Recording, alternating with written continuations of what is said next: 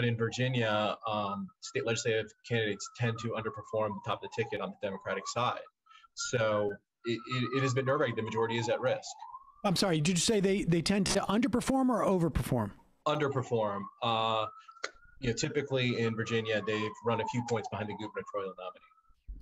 And wasn't Virginia, wasn't there, and just to add to sort of like, I mean, as we sort of tease out this dynamic of enthusiasm, wasn't Virginia one of the, wasn't there a county in Virginia where like a lot of the critical race theory stuff was happening down there? I mean, isn't there, or is that right? Or do I have that mistaken? No, you're correct. Loudoun County, which is, you and I remember the Bush era. All the former George W. Bush staffers moved to Loudoun County, and they created kind of an AstroTurf movement to make this into a big issue.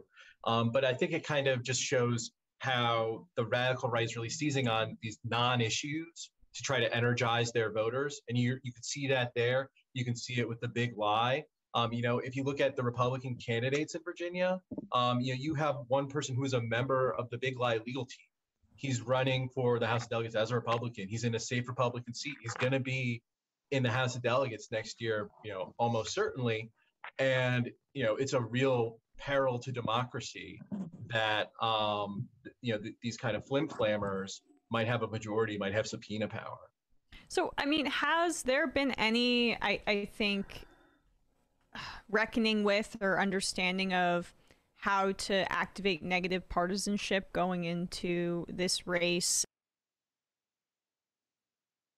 in the way that perhaps Newsom did in the California recall? Now it's a little different because you can draw a direct connection with like, oh, we're going to be undemocratic here, just like the January 6ers were and just like the Trump administration is. But I would imagine there's a way to take some lessons from what happened in California a few weeks back. Yeah, and I think one other parallel to California is that Newsom was really aided by the fact that he made it easier for people to vote. And so in Virginia, we're seeing, it's easier to vote early, it's easier to vote absentee. So hopefully that'll help as well. In terms of activating negative partisanship, I think a big issue right now is similar to what Newsom had was on vaccines. And, the Democratic ticket in Virginia is supportive of, vaccine mandates, especially for people like healthcare workers. And the Republican ticket is not. And, so I think you're seeing that as well there. I was hoping to call I think, obviously, if it's not possible to the extent that, a Republican candidate in a marginal area can be tied to Trump, it harms them among median voters, especially in a state like Virginia. But, it also, people don't just want to hear Trump, Trump, Trump all the time. They want to have kind of a positive vision for the future. And thankfully in Virginia, we have candidates who have been working to improve the lives of people in the Commonwealth. And it's just, they need to get that message out. I mean, that's really the issue right now, that you're getting it through the DIN. It can be so hard to cut through kind of clutter coming out of DC, especially in a state like Virginia. So that's the challenge. All right, I want to dig into this dynamic because I am increasingly convinced that that turnout is going to be a function of that negative partisanship. I mean, I do think obviously you need to have a positive vision, but I think that's just sort of like baseline. That's like basically like I need signatures to get on the ballot. After that, there needs to be between races, particularly from the center to the left. It seems to me it is driven by and I think it's the case on the right. But like you say, they always figure out what it is they're going to run against. And it's and more often than not, it's make believe, right? I mean, it's going to be you got to get out there and vote, because otherwise everybody's going to be they're going to be teaching our kindergartners critical race theory, and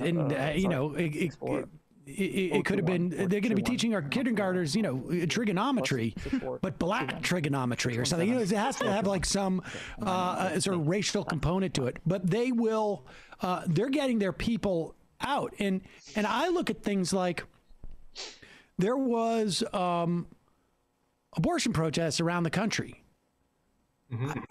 It was barely on my radar, and I don't know how many ultimately there were, or how big they were, but they were not like the days after the Trump administration, and we're doing this in the wake of what's happening in Texas. We're doing this as there are a more like a head-on assault on Roe v. Wade at the Supreme Court, and yet we're not quite seeing that mobilization. How much of like the enthusiasm gap do you think is real? And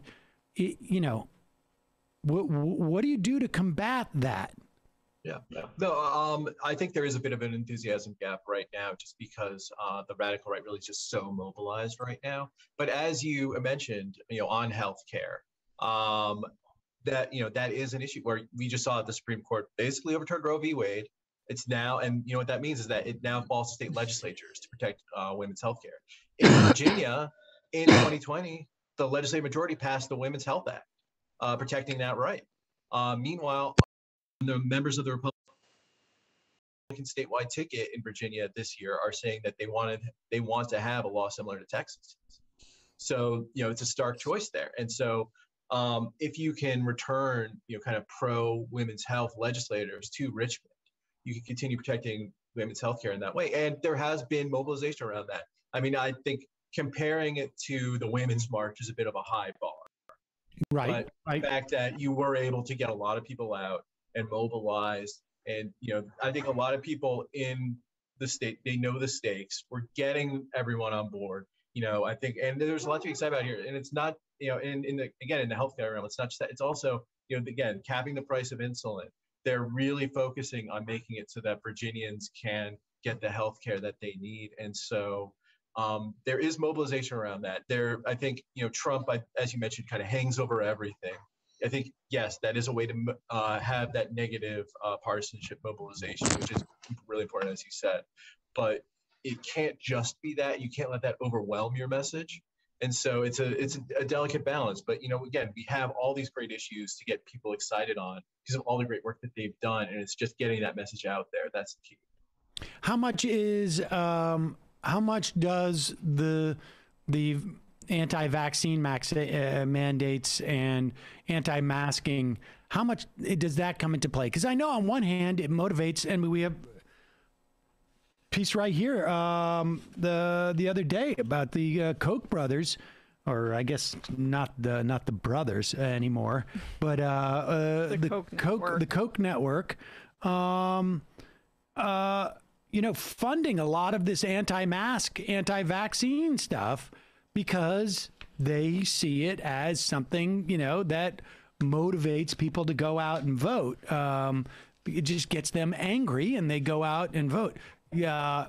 And so what do you got going on there? So you're kidding? Someone vacuuming. So. Oh, all right. Yeah, it's okay. I mean, how much is McAuliffe like running against that? How much are the assembly, the assembly people or the delegates rather? How much are they running against that? Like how forefronted is that? Yeah, I mean, obviously it's a big issue. It's the front of everyone's minds. I think actually at the start of the year, everyone thought that school openings would be a big issue, like, kind of the radical right. If you look at kind of what the Kochs were doing then, it wasn't so much masks and mandates, it was school openings. Well, hey, guess what? Virginia, they've done a pretty good job vaccinating people. They're able to keep schools open. And so they need a new kind of, boogeyman type issue on their end. And so they're trying to make masks and mandates that. And again, you have, legislative majority in Virginia right now that supports basic public health measures. And I think this election will really be a test of, are the people who are just so motivated by hatred of basic public health measures, are there, they might be a minority, but are they kind of just motivated enough to overwhelm people who do support them? Again, it's really just comes down to, we really need to get kind of the sensible people to the polls there, Virginia. What is the next thing? Is it going to be mask mandates and vaccines? Like, I mean, how are they? Because I guess I'm asking not just for Virginia now, but if we stay on the same trajectory with COVID and we don't have another variant, which who knows?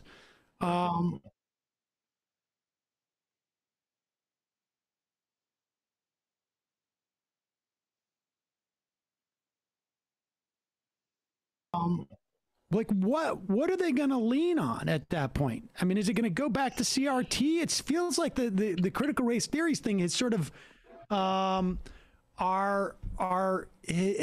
run out. Like there's only so many times you can ban CRT from your schools, and it's sort of like you're just shadow boxing. And at one point you tire yourself out with that because there's nobody hitting back. There's nobody going like, we need to have these critical race theories, taught to our third graders, or we're going to have to rewrite the books. I mean, where do you think they go from here? I think it goes back to the animating fear behind all of this. And it is fear, I think it's not just a fear, but really the knowledge that they have a very unpopular political program that is not supported by a majority of this country. And so it's whipping their base into a fear of the fact that the majority of the country, doesn't think like them. And it's really goes back to the big lie. And it goes back to actually the election was stolen. It goes back to we need to do whatever possible to really fight representative democracy in this country. And that's the end goal. Like they know they're not supporting a political program that a majority of people can support. What they have to go kind of just animate their base through fear, hoping that an anti-majoritarian system will allow them to stay in power, because that will to power is the thing that binds them together right now. And so what we need to do, and again, that effort to really undermine democracy runs through state legislatures. The Supreme Court has said as much. They are inventing a doctrine that basically might say in 2024, a state legislature can annul the result of the presidential race in the state. So state legislatures are going to be the key background, not just this in the next month in Virginia, but in 2022 everywhere for protecting democracy, because the legislators who are sworn in early 2023 are going to be the ones who could potentially decide whether people's votes are going to count in 2024. I want to get in a little bit to the specific candidates that you guys have, are looking at. But do you think that on a national level, I mean, if it's the case, right, that they're going to push the 2020 thing, and it sure feels like that's what Donald Trump wants to do, right? Mm-hmm. And very hard, even for the Republicans, it seems to me, to sort of like contain him. Does it make sense for the Democrats at that point? And this can be both a specific question and a general question, to really push the January 6th hearings as a mechanism in which to forefront Trump? Because I really do think there's a unique opportunity for Democrats here, in that they don't have to think too hard about who to run against in an off-year election. Like, generally, the reason why parties that are out of power do well in an off-year election is because they can run against the party that is in power. And because the party in power is, everybody's conscious of it, right? I mean, it's not like, Bill Clinton could run against George Herbert Walker Bush in his midterm after, but really, the Democrats could run against Trump to some extent in their midterm, and that's an opportunity they've never had before. And it seems to me, Trump animates voters. How much does both from a specific sense, but also a general sense, how much, because you focus on state elections, how much does what the Democrats do on a national level, setting certain narratives, how much does that bring people out during a midterm election for those state elections? Or even or even in November, when we don't even have, they're not with the federal elections. No, the number one predictor of whether a state legislative candidate is going to win their seat is whether their party's presidential candidate carried the seat. So, the national, elections across the country have been nationalized, and people are aware of that. And again, we are seeing these, people who are involved with the big lie running for office at the state level, especially in state legislatures, who again are going to be the people determining that. So to the extent that we can make the assault on democracy like salient in people's minds, that is really critical to putting that front and center in voters' minds as well, and making that threat. Like, democracy is on the ballot in Virginia next month, everywhere in 2022, and again through specials and odd year elections, basically for the foreseeable future. And so that we have to be mindful of that.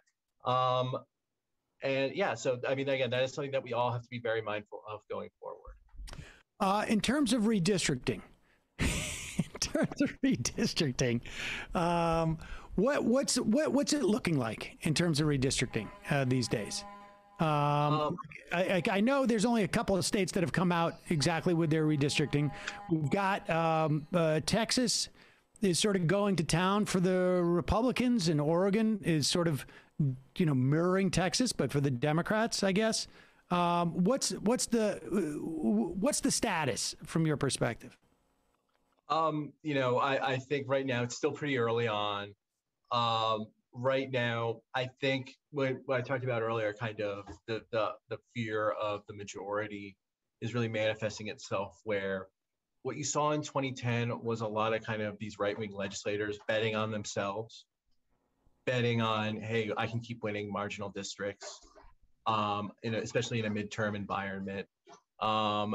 What they're doing now is really just trying to, put up a wall around their voters and they're trying to make as many safe districts as possible instead of spreading themselves thinly. Because I think they, if you look at the demographic trends in this country, every year, based solely on kind of who turns 18 and who passes away, Democrats gain around 500,000 votes in kind of the national, that's keeping going. Republicans, the radical right is not making any gains among younger voters, and their base is increasingly, older and not growing. And so redistricting is reflecting that when they have the power, they're trying to just kind of consolidate as much as they can in preparation for minority rule.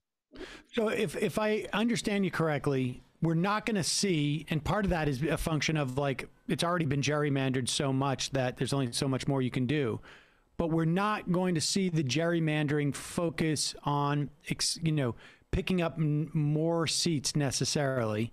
At least that's not going to be the major thrust. It's really going to be like, it's almost like a fortress redistricting.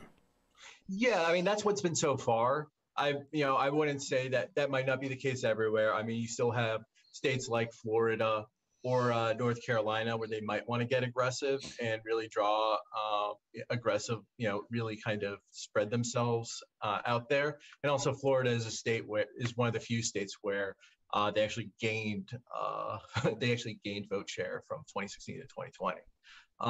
And so, but yeah, the trend right now is just, kind of protect what you have. And kind of rely on, and I think a lot of what they've done so far is that, if you look at what the radical right's done since Biden was elected, they've done very little to try to appeal to the median voter. They don't obsess over the median voter the way that Democrats do. What they are really focused on is making it so that the median voter doesn't matter as much, and their base is what really matters. And you're seeing that in redistricting. All right, so if people want to, I don't know, help Virginia stay blue. And I got to say, you'd be hard pressed to find somebody who found Terry McAuliffe more distasteful than I, the first time he ran for governor, in all fairness. He actually did, I think, like a fairly respectable job, maybe against, I'm basing it against him, but he was not the Terry McAuliffe that I thought he would be. I thought he was a, pretty decent governor in terms of just bringing material benefits to people in Virginia. But talk about the other candidates that you guys are looking at.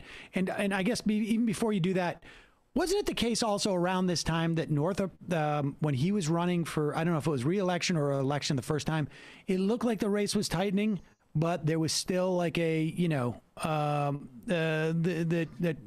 the polling sort of sometimes looks a little closer than it is in Virginia? Right. So McAuliffe has had a slight lead in all the polling that has been out there. or most of it. There might have been a few aberrant ones here and there. And, I think in general, he's the slight favorite again. And again, like I said, so, and also in the gubernatorial race, he's running against this private equity, guy who, kind of like a mini Mitt Romney trying to be like Trump. That's his opponent. But, there's a lot of money in the gubernatorial race right now. But where there isn't a lot is, if you look at these state legislative campaigns that we're running, and, we've really endorsed 9 candidates in the state who are in the districts that are probably going to be the difference. Those campaigns, they're going to spend something like 1% of what like an Amy McGrath spent. These are they're close races, and they don't really cost that much. And if you want to talk about delivering material benefits to people, McAuliffe did what he could with when he was governor, the legislature was controlled by the radical right. So, there's only so much you can do through executive actions. He did a lot of clemency stuff, for example. But if he actually has a legislature that can work with him on improving people's lives, then again, you could see the progress that they may continue. For example, like I said, it had been a long time since the Virginia House of Delegates was controlled by people who are focused on improving lives. They went from one of the worst states in education spending per pupil. Now they're like in the middle of the pack. And that's just in 2 years. Like, when you talk about education spending, it's very hard to go from 0 to 60 that quickly. And so you can see them continue to make that progress in those areas. And, Virginia, because again, 2 years of unified government under people who want to improve lives. It was recently named like one of those, I forget who, they named it one of the best state in America to do business in, not because of low taxes, the way that those places normally do. They'll promote a state like Texas, Florida, but because they have great human development there as well.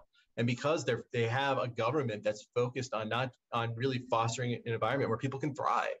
And that's, I think McAuliffe would love to have the chance to do that again. And I'll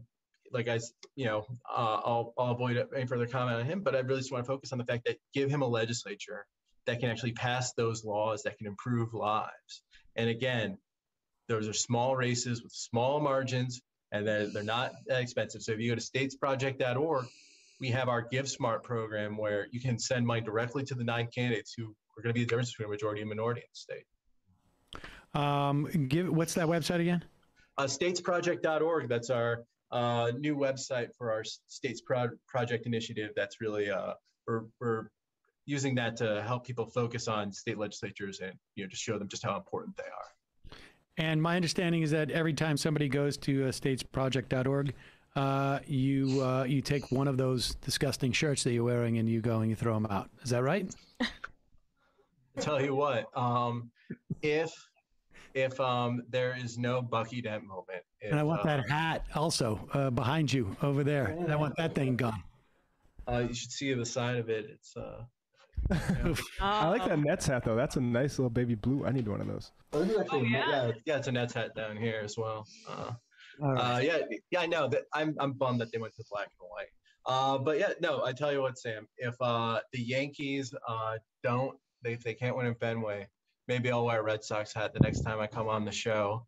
But again, for now, holding you to that. He said maybe. He said maybe. Well, I'm saying definitely. Commitment. Well, all right. Well, in the meantime, again, check out statesproject.org. Or you can follow me on Twitter at Bobby Big Wheel, because I tweet about the Virginia House of Delegates all the time, in addition to other stuff. But that's my focus for the next month. And those are the places where you can see the Give Smart program. And again, if you want to make a political donation right now, those are the 9 candidates for whom your donations go the furthest. Because like I said, in 2019, the difference between a state legislature that was going to improve lives and one that didn't, it was just 2,000 votes switching across the state. That's nothing. And again, these candidates, they spend, again, 1% of what Amy McGrath spent is what, the most expensive these races is going to be. So you're talking about a little bit goes a long way in these races. Aaron Kleinman, Director of Research for the States Project at Future Now. Thanks so much for your time today. Really appreciate it. Thank you so much, Sam. And thanks, Aaron. Sorry in advance for tonight, as far as you're concerned. All right, bye-bye. We'll see. Yeah, we will. All right, we're going to take a quick break, and we'll be right back. We got a couple of things to talk about before we wrap this up. We'll be right back after this.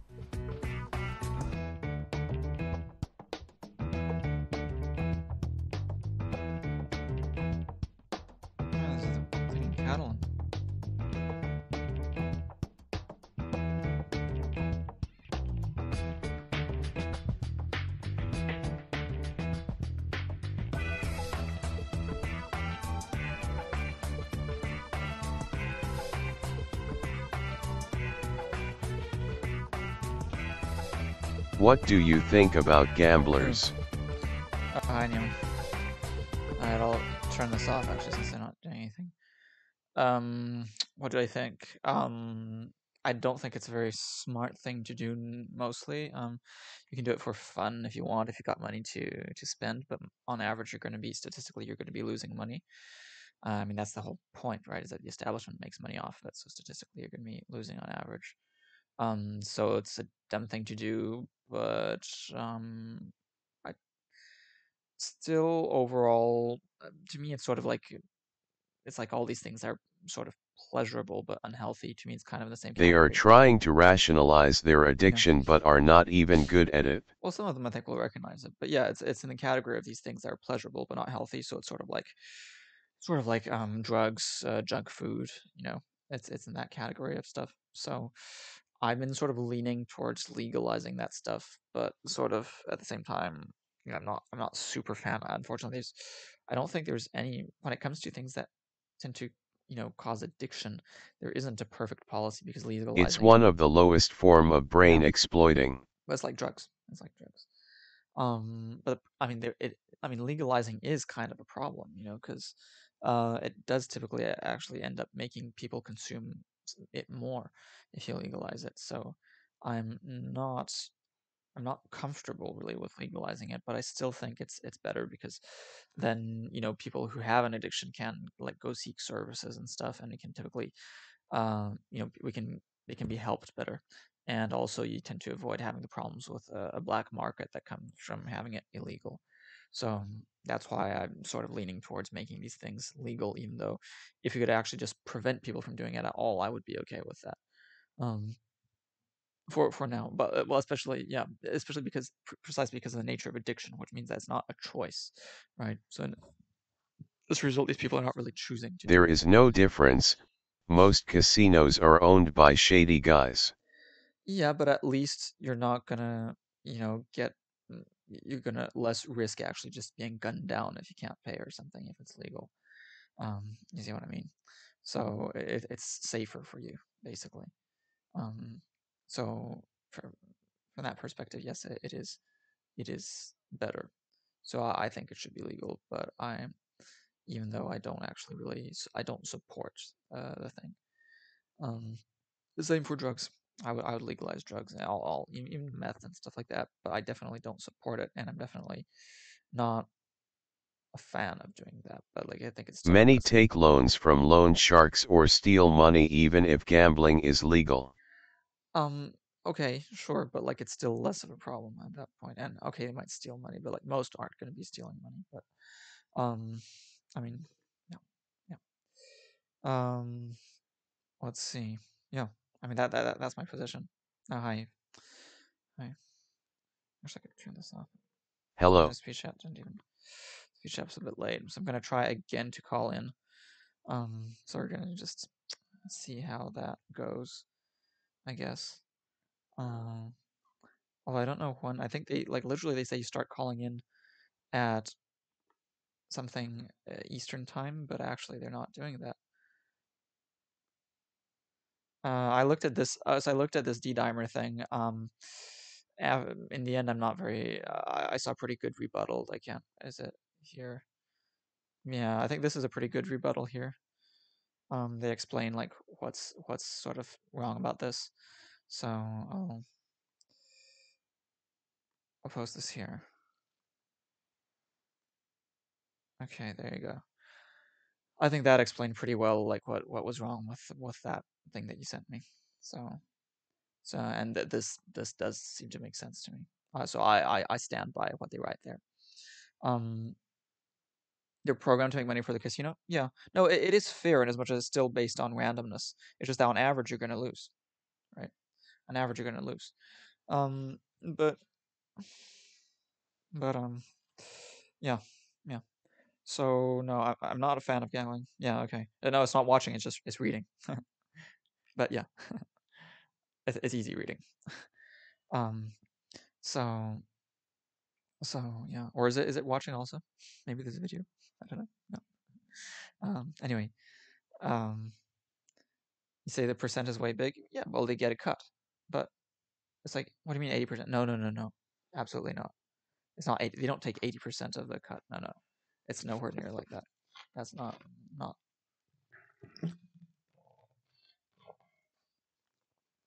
It's like, you know what it's like. It's like when you've got like the roulette thing. He's got like slots, and there's 2 of them that goes for the house, right?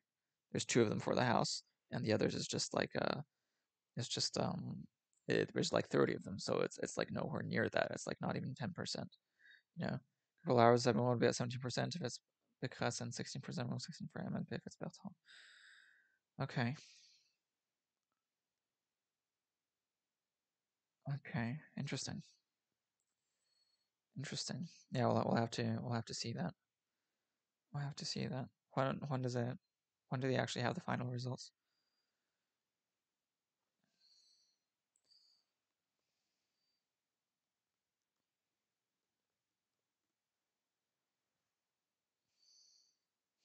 Why does it write Fran instead of France?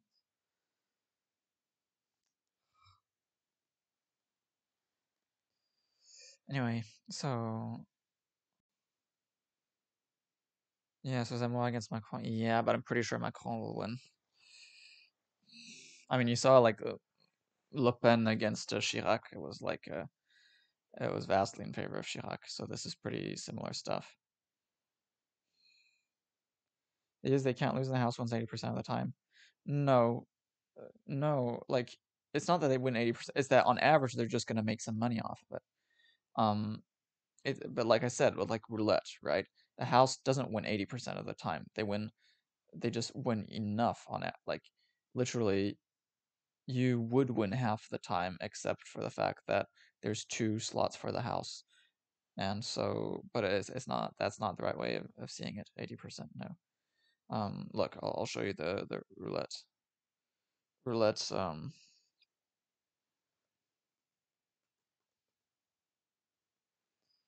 okay. Look. Now this is slow. See, here we go.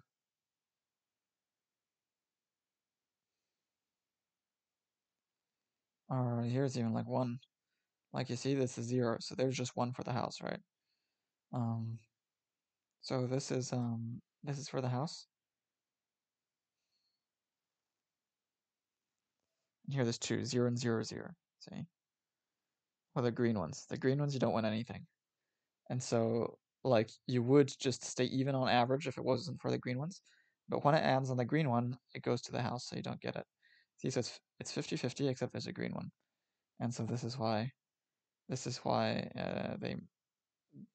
they don't win most of the time. I mean, look at this. Most of the time, you're going to be ending if you're going to be ending on one or the other, right? You're going to be ending on the red or the black, and so that it's half and half. So you're going to be winning half the time, losing half the times on average. They're going to stay even.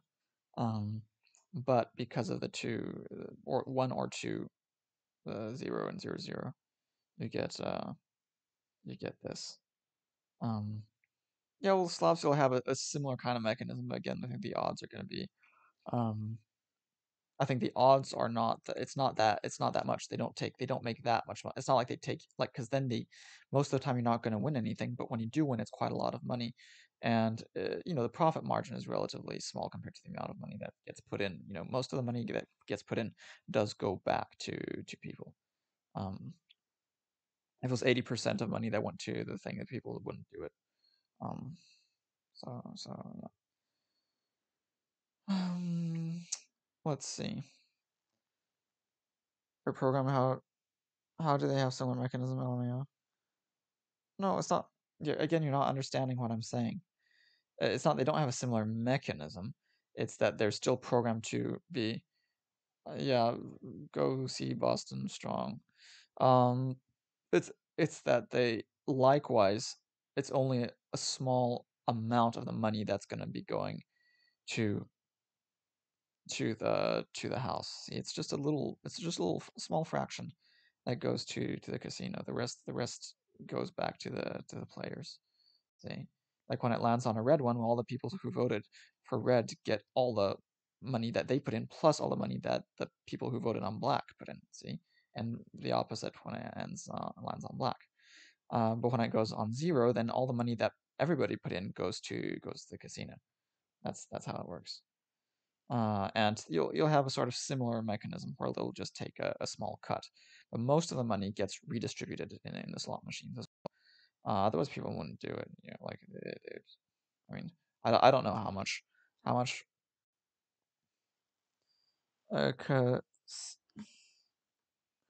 casino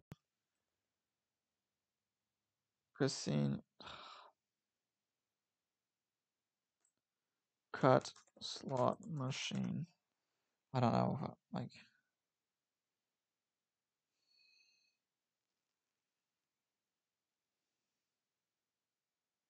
Yeah, I'm not saying how much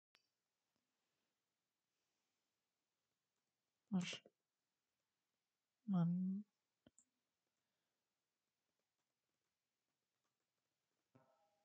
Yeah, I don't know. I'm gonna have to find out how much they make.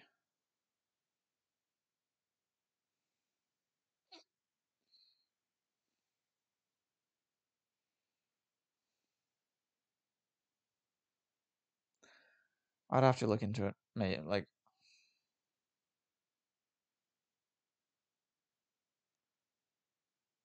I'd have to. I don't know. There's no obvious article right there that's immediately saying it. If you've got a, you said, like, yeah, they're expensive. Yeah, so of course. No, but they do because they still make lots of money. Proportionally, they don't make much because people put in huge amounts of money. See, this is the thing. People put in huge amounts of money, but then it goes back. They do survive. They do survive. That's how they survive. But then, of course, if then they're not even making a profit at that point. So then it's not even really unfair at that point. Like, I'm not even sure what your point is. I'm not really sure what your point is. But yeah, I've been thinking about calling. So I'm going to call in regarding the fact that I don't think there's all that much racism. I'm going to call in about potential IQ differences that could account for lots of disparities in an outcome, interracial disparities in outcome. Another time I'm going to mention maybe also like the fact that like there probably is more, systemic institutional discrimination against males in the form of like especially like the draft and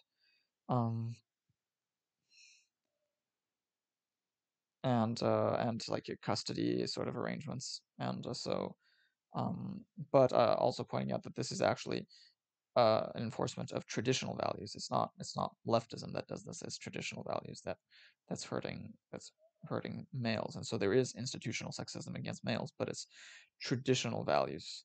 It's the sexism of traditional values.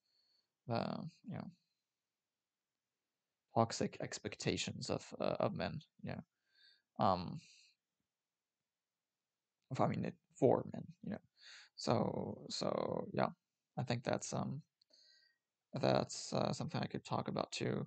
Like I said, also saying how the left is actually not progressive. This left is actually they're regressive. They've got the same problems that sort of conservatives do. So I could talk about that. I mean, there's tons of stuff I could talk about potentially. But I think those are good things to start off with.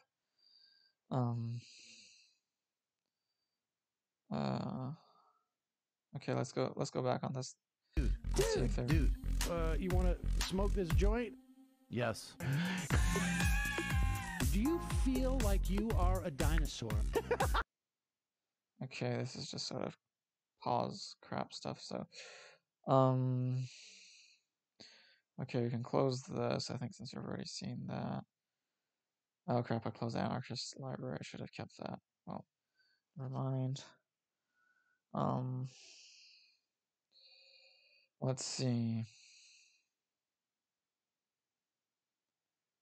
Price of monotheism. Oh yeah. Oh yeah, but I just got that in double. Okay. Oh yeah, example monotheism.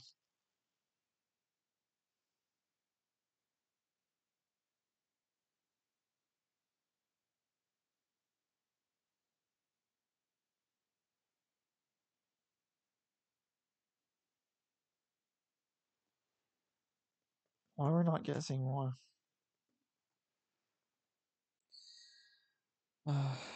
Okay. So they're drug addicts. What are you saying? They're drug addicts. Who are drug addicts?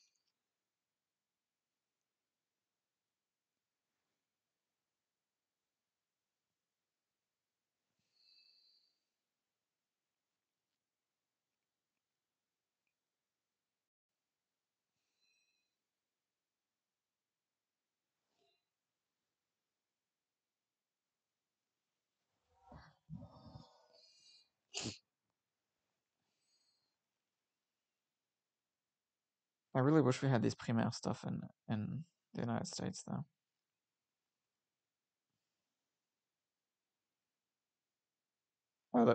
The people I'm trying to call, yeah. I don't think they're addicts so much as just probably moderate drug users. Not everybody who uses is an addict. My guess is that they're not addicts. Drug user does not equal drug addict.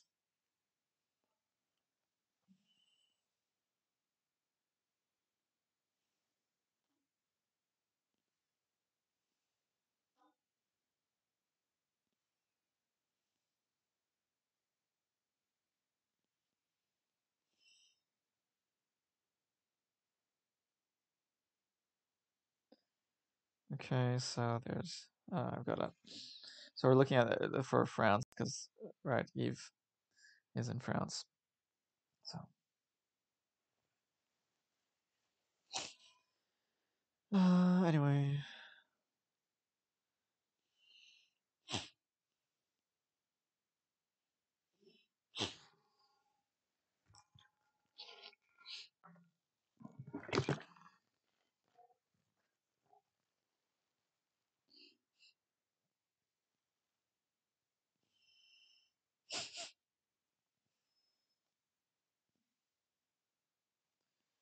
I'll just have a look at this. Okay, so you're talking about the open primary concept.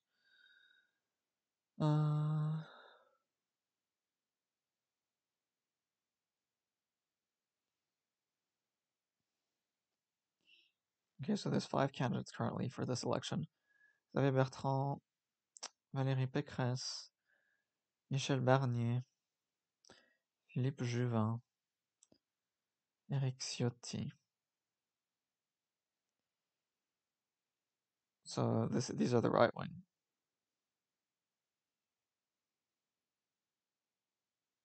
Okay. So they have these open primaries versus closed. Okay, it's not even the actual official primary, it's just the right wing. It's just the right wing sort of thing. Or like I don't know.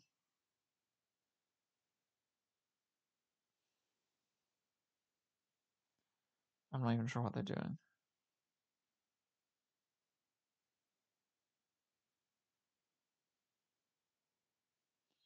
So it's a sort of right wing, an initial right wing primary. An initial sort of right wing, but then it's not the actual official government primary election. It's this thing. It's this sort of first it's sort of like what they do in the US before the single election. I guess yeah, because it's primaire versus premier tour. Okay, so yeah, so I was confusing the term primaire versus premier tour. So it's how do you call that in English again? I'm blank right now. The I can't remember. But yeah, because you know that it's basically two rounds. So the first round is just you vote for anyone, and then the 2 top winners, then you vote for one or the other of the 2 top to get the vote in the first round. So that's how it works. What do you mean? How can you be a moderate? You say I'm not in France. There are leftists. You're not in France? No. Really? Where are you? Tell me.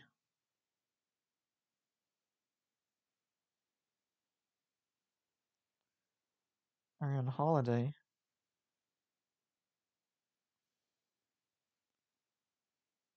Or are you just in in North Algiers.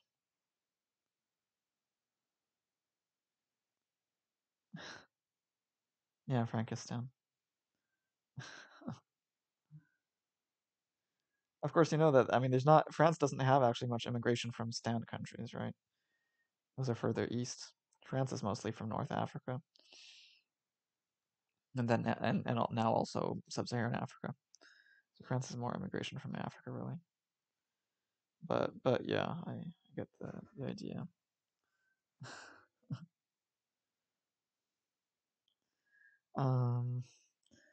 Yeah, so this is the kind of the problem with the Primaire Ouverte, is that anybody could do it, including left-wingers that could try to like sink it, right? So this is kind of the problem there.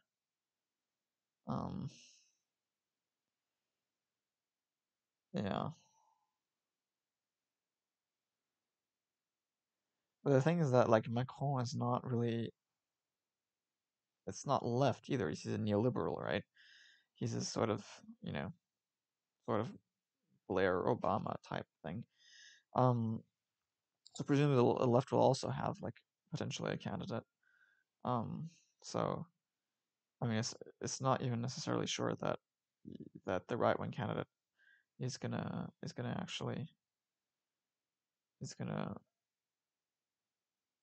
you know, be against Macron.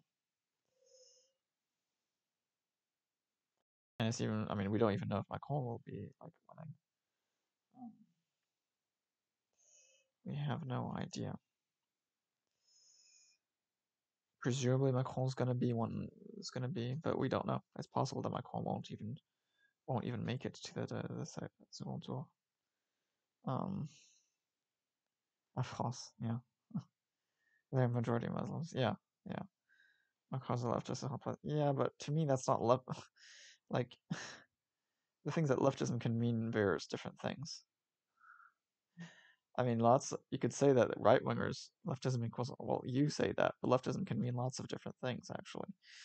I could also say that, like, populism is actually right-wing, because it often tends to go together with, like, economic policies that are actually considered right-wing, which is, to a large extent, sort of what Macron is. Which is why, I mean, this sort of left versus right stuff doesn't really mean all that much, really. Between her approval and disapproval. In Q1, her approval rate was 48%. Her disapproval was 35%. And now 42% approve, 42%. I'm not sure it's gonna work though. It might lag too much. 42% disapprove. Almost the same amount who don't know, no opinion.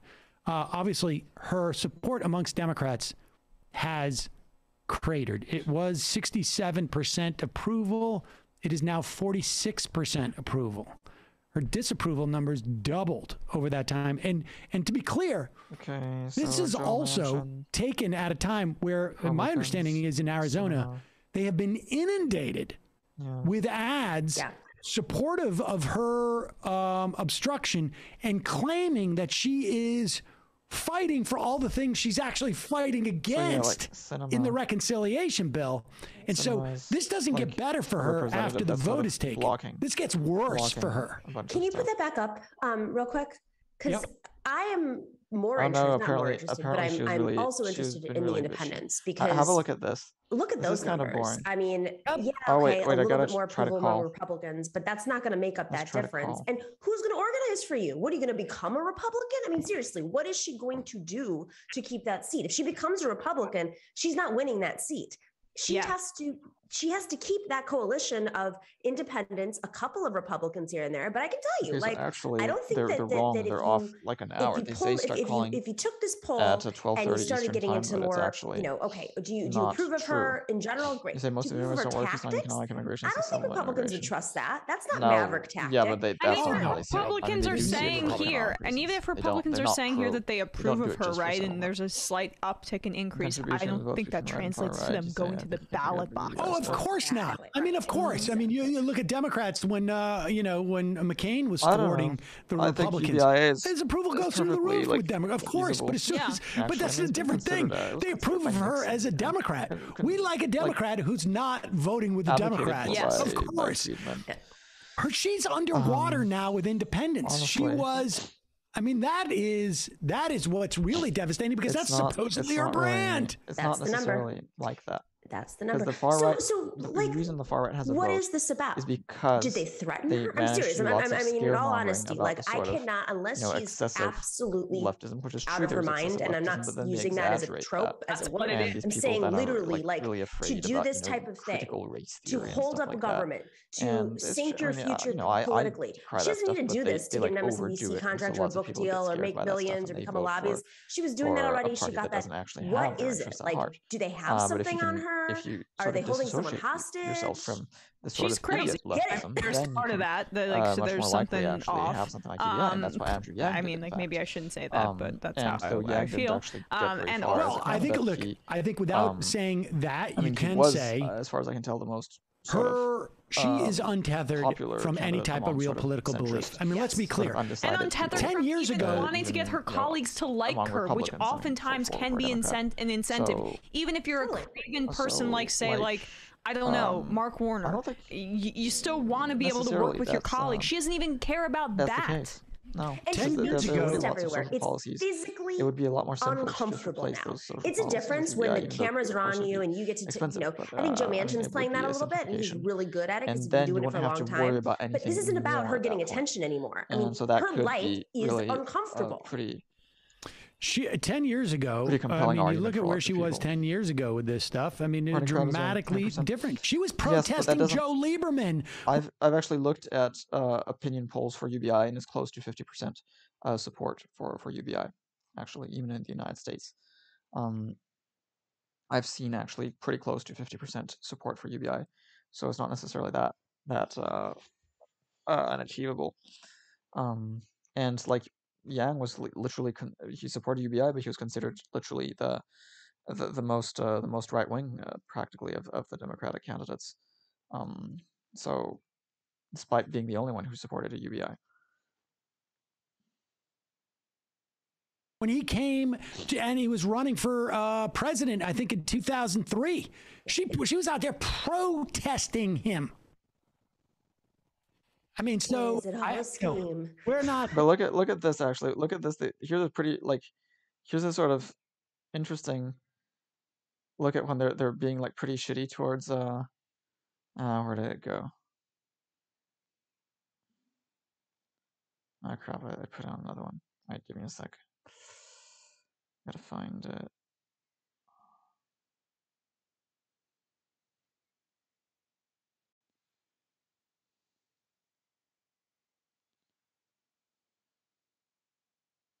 Okay, this could be quite interesting, potentially. See what you have to see what you feel. Oh, wait. Oh, that's the one now. Okay, so let's put it like here so I can distinguish it. And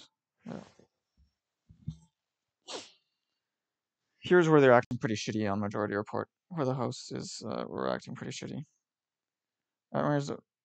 Which means every politician Biden's it's not as simple as that. I mean, Biden has been supporting the child tax credits, for instance.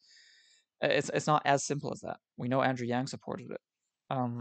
And again, they support other social policies. Again, it hasn't been supported much by the establishment, but that it's too simplistic. It's too simplistic. Yeah, of course, for now, politicians aren't seriously considering it. But if we can get a movement where people are like, instead of a BLM movement, you have a UBI movement, that would be really something better, something clear, where you're actually saying we want this policy. You say, but that's how deluded leftists are. How they expect change when 9% vote right winger? No, you don't understand that. Like literally, they've been doing these infrastructure bills and stuff. That's left wing. Like, I think they're not socialists, but they're like, it's within the realm of possibility. Remember, like Andrew Yang, like I'm saying, he was a candidate. He supported UBI. He was not considered particularly far left wing. In fact, he was considered less left wing than most Democratic candidates. I mean, he was considered in the sort of Biden category. And Biden has been doing sort of fierce lefty stuff, but it's true that they aren't doing much. But it's like. And no, they 90% vote right winger because it's first past the post. Your choice is Republican or Democrat. I mean, I vote Democrat because I don't have any other choice, right? So again, that like, look, UBI opinion poll US. I also know that in Eastern Europe, for instance, there's actually a majority of the population that supports. See, more Americans oppose than favor universal basic income, but it wasn't by all that much. So this was last year. And we see here younger voters want UBI. Narrow majority of you adults, 54% said to oppose a UBI, 45% favor it. Okay, so you see it's not that far. And so of course, like you see, there's lots of opposition from Republicans, and there's overall there's more support among Democrats. So most Democrats support UBI, as you can see, whereas most Republicans oppose it. So there.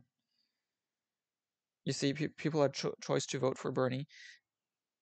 Yes, of course, they kind of did. But again, Bernie, it's not just UBI. It sort of had different stuff as well. And, there's also this idea that, people didn't necessarily want to vote for Bernie because they were afraid that Bernie wouldn't be popular enough in the general election. So, I mean, you have all that to take into account. But look, UBI, I mean, this is Pew, respectable sort of opinion poll thing, right? Like, I think it's and then there's age differences here, and as you can see, among young Republicans, there's actually quite a bit of support for UBI. See, among young Republicans, 41%, 41% of Republicans support UBI, which is not that far off from the old Democrats, 65+ Democrats who only support it at 50%. So, I mean, you can see that there's definitely a shift there, right? So that's why it's not that, it's not that pie in the sky. It's not that utterly naive, really. So that's why I think it's not diluted in any case.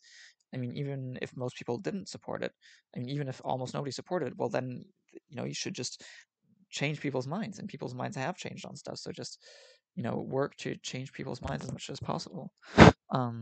That's really what should be done. Sorry, I gotta put my mic a bit closer. And this thing is really crummy. Like it's the mic has gotten weaker. This thing of the mic has gotten like all sort of weird. A bit too fragile. So anyway, oh wait, and it's weird. So if I turn down my thing, does it change? No, it doesn't. Okay, so it's really just my audio. All right. So this was good, but I'm afraid of missing my time in the sun if I don't call in. So let's call in. But apparently she's really psychiatrist. obnoxious. You can't tell, to say that she's got, but she is untethered from any type of political agenda. Yeah, that is quite apparently clear. She seems I'm really using obnoxious. crazy, like very loosely and colloquially, I guess. But there's something, I don't know. She's working on a different set of incentives, and we can't even figure. And I think it's performance art. It's performance art. Okay, she's doing a documentary. Like, remember that documentary? What's his name did? Yeah. Or the Green Party is just a front for Republicans. Jesus, and now just keep on playing. I don't know. I'm just fishing around. Like, it didn't with even get to mute it. Explanation. Okay, now is it finally muted? Okay. Great. It's sort of being slow. Have I called them? No, they're not taking calls yet. Let's watch this. One was to make. Let's watch this.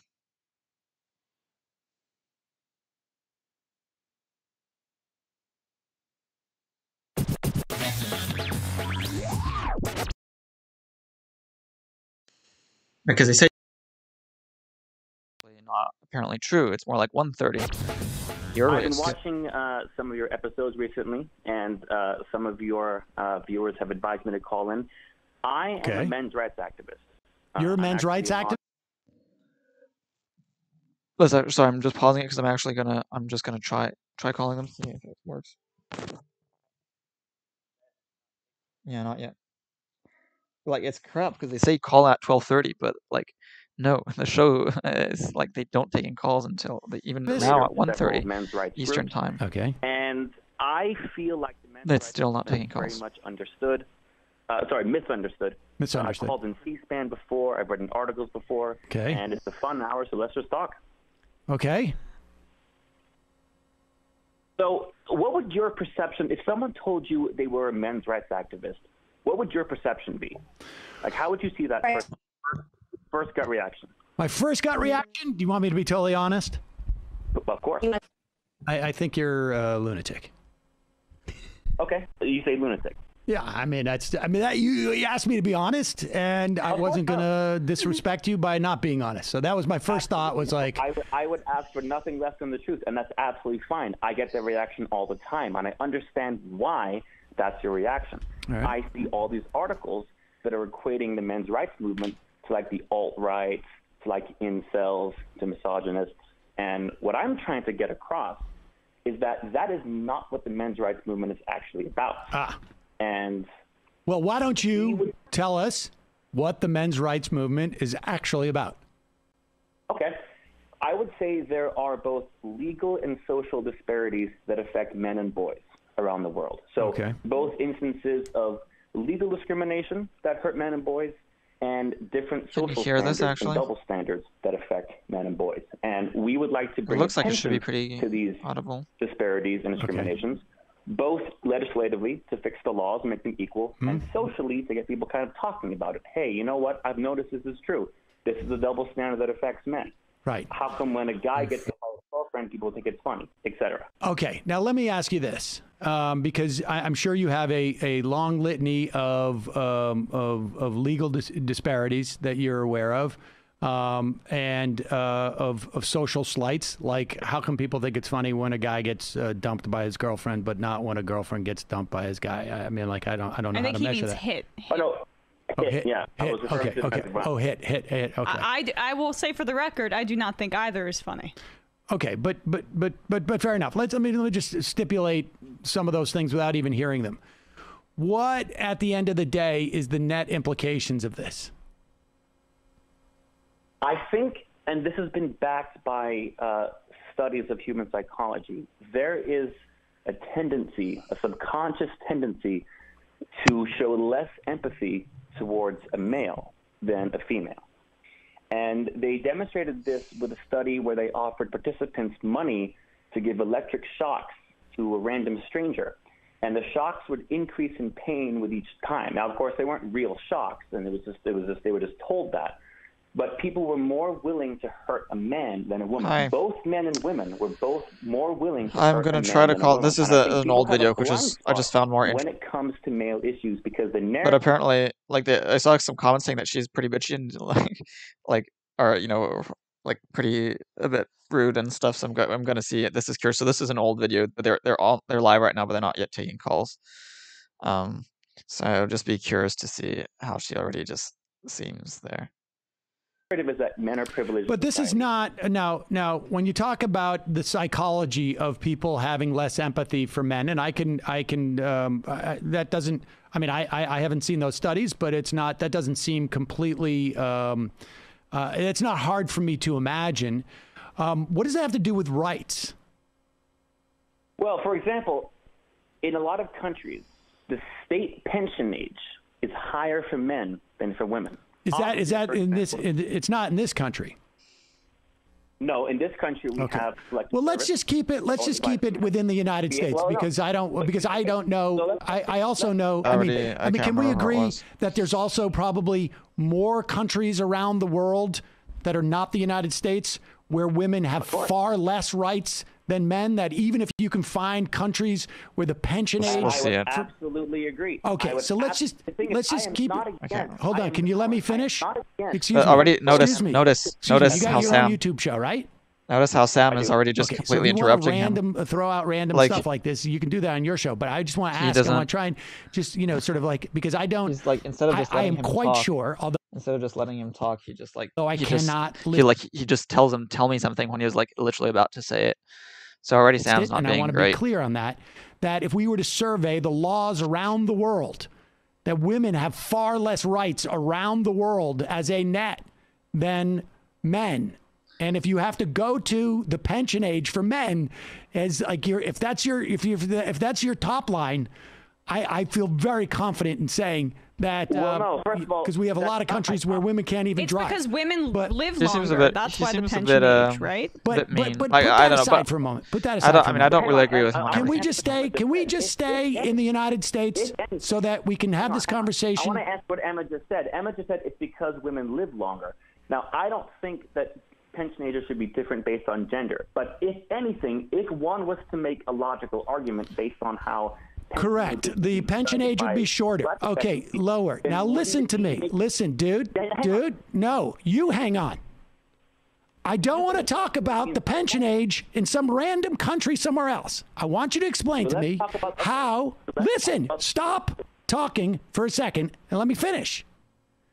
I want to talk about what rights have to do with the fact that there's a psychological study that show that people are less empathetic to men. What rights do you think that men are denied, and what material difference do you think that that lack of empathy provides in the United States that allows me to believe that my energy should go into making sure that men have equal rights as opposed to the people who have only recently had the right to have a credit card in their name, or only recently had the right to vote, et cetera, et cetera?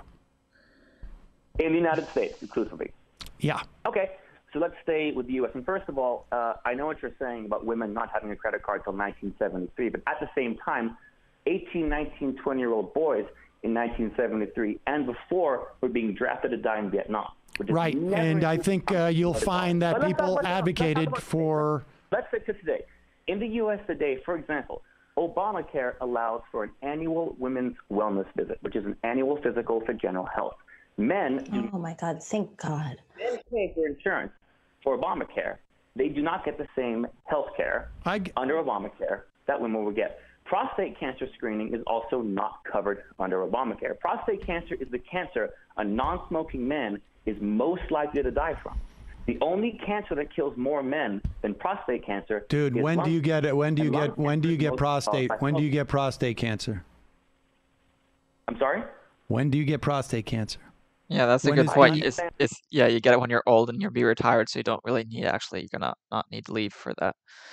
Wait, let's go back to the current one to see if they're on to the question and answers at this. Get out there and promote the policies. Don't play prevent defense over your entire political agenda. You have to use other analogies, guys. Well, I don't know what you're saying. Well, you know what the bottom line is. They should have been there earlier in this whole process. What is the age in which you need to worry about prostate cancer? More men die of prostate cancer. I understand. What is the age? What is the age? What is the age I will get prostate cancer?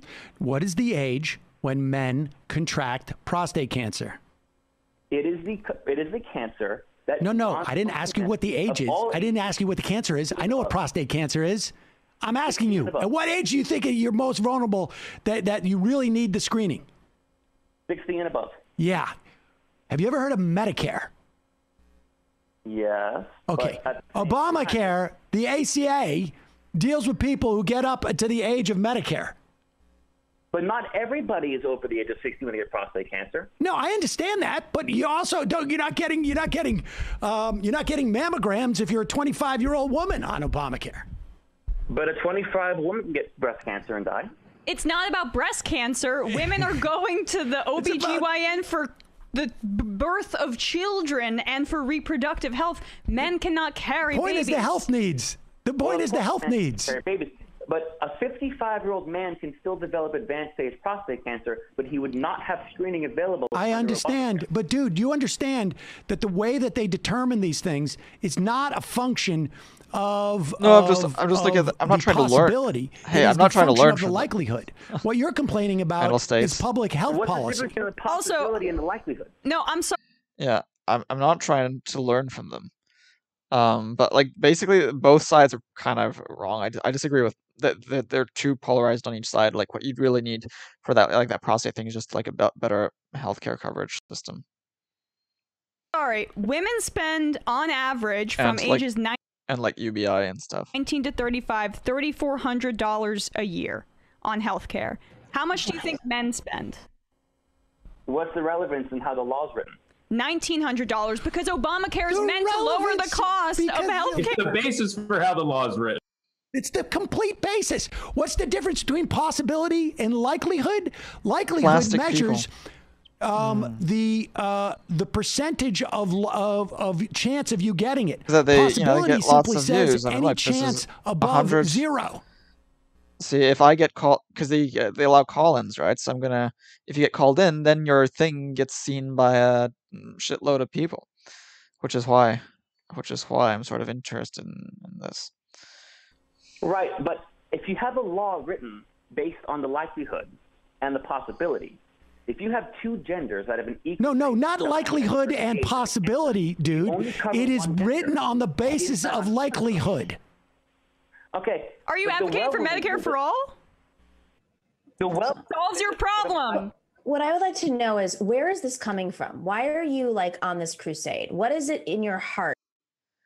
Yeah, 172K views ain't that much, but it's more than the 172 without the K views that I would be getting on my own.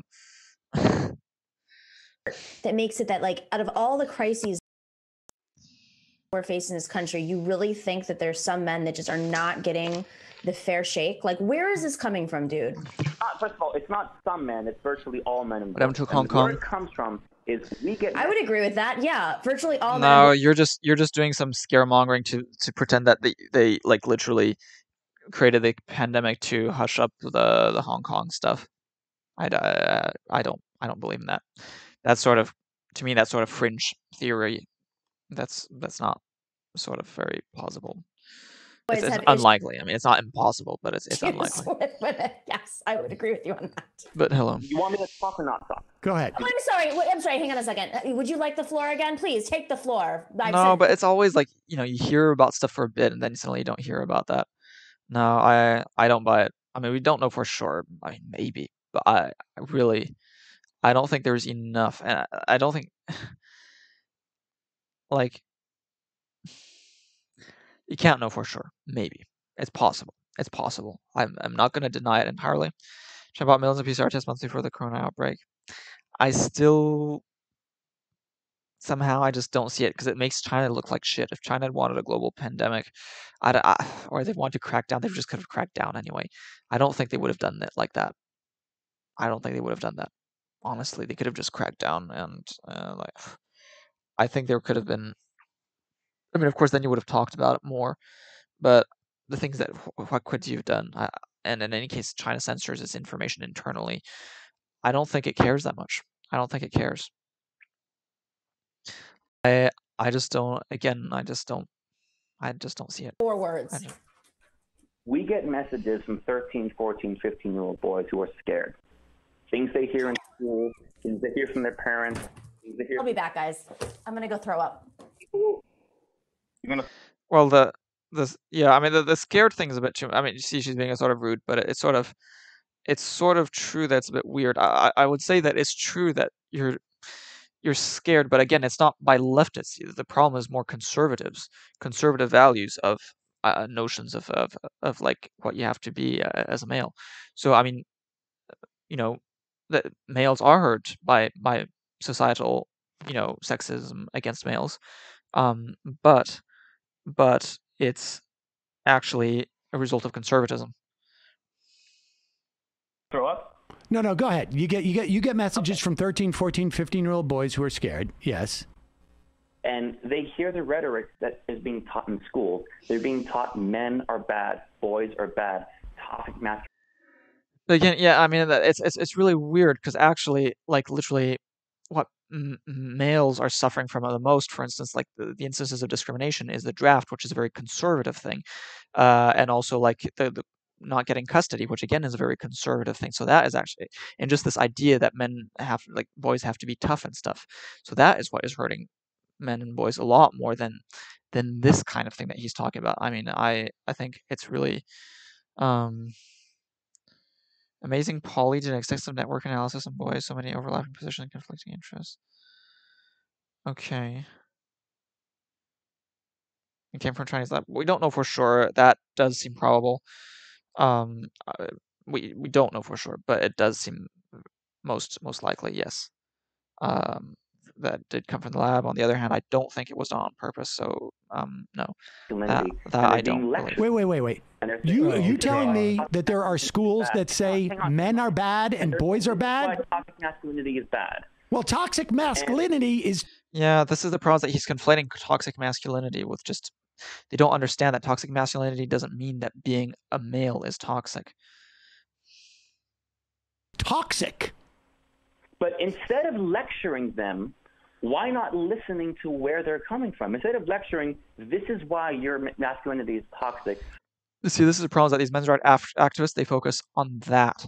They focus on the fact that they're being, like, it's kind of a problem. Like, they do focus on some good things, but they also focus on stuff that's not really meaningful. Instead, hey, dude, you're playing games here, because nobody's saying masculinity is toxic. There is are you denying the existence of a masculinity that is problematic?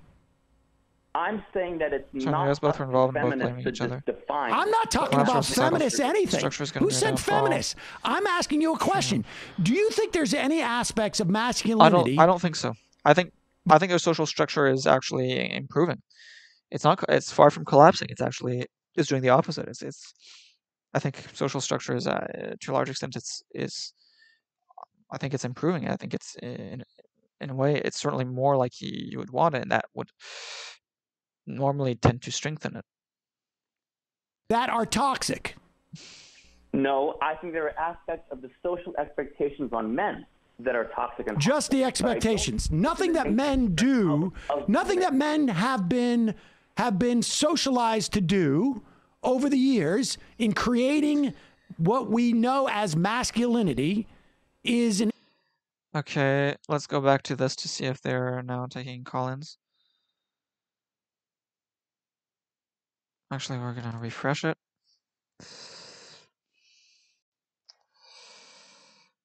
It's being very slow. Reset of the international monetary system. Again, well, I mean, yeah, what I would like to see is a global currency. I would like to see a global currency. I think gender roles are very, very oppressive and problematic, and I mean, my whole life I've really, I felt it personally, and I know it does it just to pretty much everyone. So I think that's very problematic, and people are being very, like, hurt by these sort of oppressive, rigid ideas of what you're supposed to be as a person, sort of stereotypes of what you're supposed to be, and that is the main problem. And precisely the stuff that the men's rights activists like correctly decry is stuff that's actually related to that, to conservative gender roles, and for instance, like the draft, or for instance, you know, the fact that they don't get custody, and then the fact that, you know, they have emotional problems potentially, which are actually results of traditional masculinity. And so really that's still a problem. There is, you know, lots of misandry, but it's traditionalism ultimately that's responsible for it. Even if it's at the same time sort of male supremacist, it's still it's hurtful to men. Am I globalist? Yes, absolutely. I'm a universalist. I think globalism is a great thing. I think, you know, I'm very much anti-nationalism. Nationalism is responsible for war. I believe in fairness. I believe in freedom for everyone. You can't have that without globalism, with complete So link your QR pass in your bank account, Visa and Master coupling all this also with personal CO2 budget. as long as it's not done oppressively, it's fine. If you willingly do this, you say it won't work. Too many ethnic groups and different cultures to under one rule. That's why large states historically fail. Yeah, but small states historically fail too. Like they don't. I mean, large states actually existed for a very long time too historically. What do you mean he's unaware? I am aware. I think you're just not looking at this logically. Like small states have also failed. Where am I from? I'm from everywhere, from nowhere. I don't agree with it. I'm just saying that's sort of what you're taught. It's the same thing with the economy. Is like they have to have these confidence, they have to have these borders, they have to have these ideas. But at the end of the day, as long as the U.S. government is seen as the most reliable, stable government in the world, there's never going to be a debt crisis, is what she said. Never. It's an interesting way of looking at it. I don't know. Yeah, I don't even. I mean, frankly, I don't even accept that. Like, I think that gotta turn down the quality. But yeah, like nationalism really is the biggest on this notion problem. Of, I mean, I think yes, you know, our position of being the world's currency. The decisions made in Afghanistan probably won't work in Mexico, Canada. And, in terms of giving us the flexibility. No, I think. But I want a global democracy. There's not I want going people to be a to vote crisis just at a global level. We owe most of the money to ourselves. Is the opposite of imperialism. Yeah, it's not. I was born in Geneva, but like I'm not from anywhere. Literally, I believe in seconds. It's the opposite. It's the opposite of imperialism. Thank you, mental states. You know, as long as it takes about as long as it takes me, well, maybe even less to try and open up my QuickBooks and just change the ledger. But more than anything, it doesn't appeal to voters. This is wait, the no, thing you're that saying I no. never understood. You're saying no, comma, nation state is the opposite of imperialism. No, what I'm saying, no, I'm saying getting rid of nation states is the opposite of imperialism. But obviously, just having nation states is nationalism. I didn't say it was imperialism. I said it was nationalism. I'm anti-nationalist. I'm in favor of equality. You can't have equality if people aren't treated equally under the law. And if the laws are different in different places, that means that you're not going to have equal treatment under the law for different people, which means that you're not going to have equality. Globalism is not imperialism. It's people taking matters into their own hands and being treated fairly, and people being free to move and live wherever they want. And it's having the fairness of having exactly the same opportunities, being able to apply for a job anywhere in the world, being able to be subjected to the same laws. You say it wouldn't work. People can vote across the globe, sure, but decisions made by person or people in power will favor different parts of the globe over others. The thing is that there's not going to be person or people in power. You just have representatives.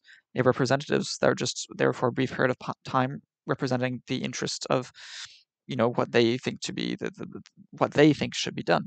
I support a system with sortition, whereby you select people by lot instead of electing them, and so then you just have people randomly drawn from the population, and they'll be representatives for a few years, and then they get just like a House of Representatives nowadays, but instead of election, it's through sortition, plus direct democracy. So sort of like in Switzerland or so on. With referendums and initiatives, but only at a global level. And you don't even have any local governing. You don't have local like representatives. You only have a global thing, and so all decisions are made globally. And then you have just local, administrators that carry out global decisions, but you don't have any local decision making. See, people in their own nation states to decide what their norms and morals should be. Universalism is very European. Yeah, but it's also just very universal. It arose in Europe, but it's not very European. It's just literally many societies reject it, but they shouldn't reject it. I mean, it's wrong to reject it. Again, universalism is not European. You say they already have. That's why it hasn't happened. No, it's not like that. It's because people in power benefit from rejecting it. You see, people in power benefit from rejecting it. People are very tribalist, and it has to happen. And look, we've got billions of years ahead of us. Are we literally going to be just living separately for billions of years? Okay, are we really going to be living in these stupid separate countries for billions of years? Is that really how you see the future?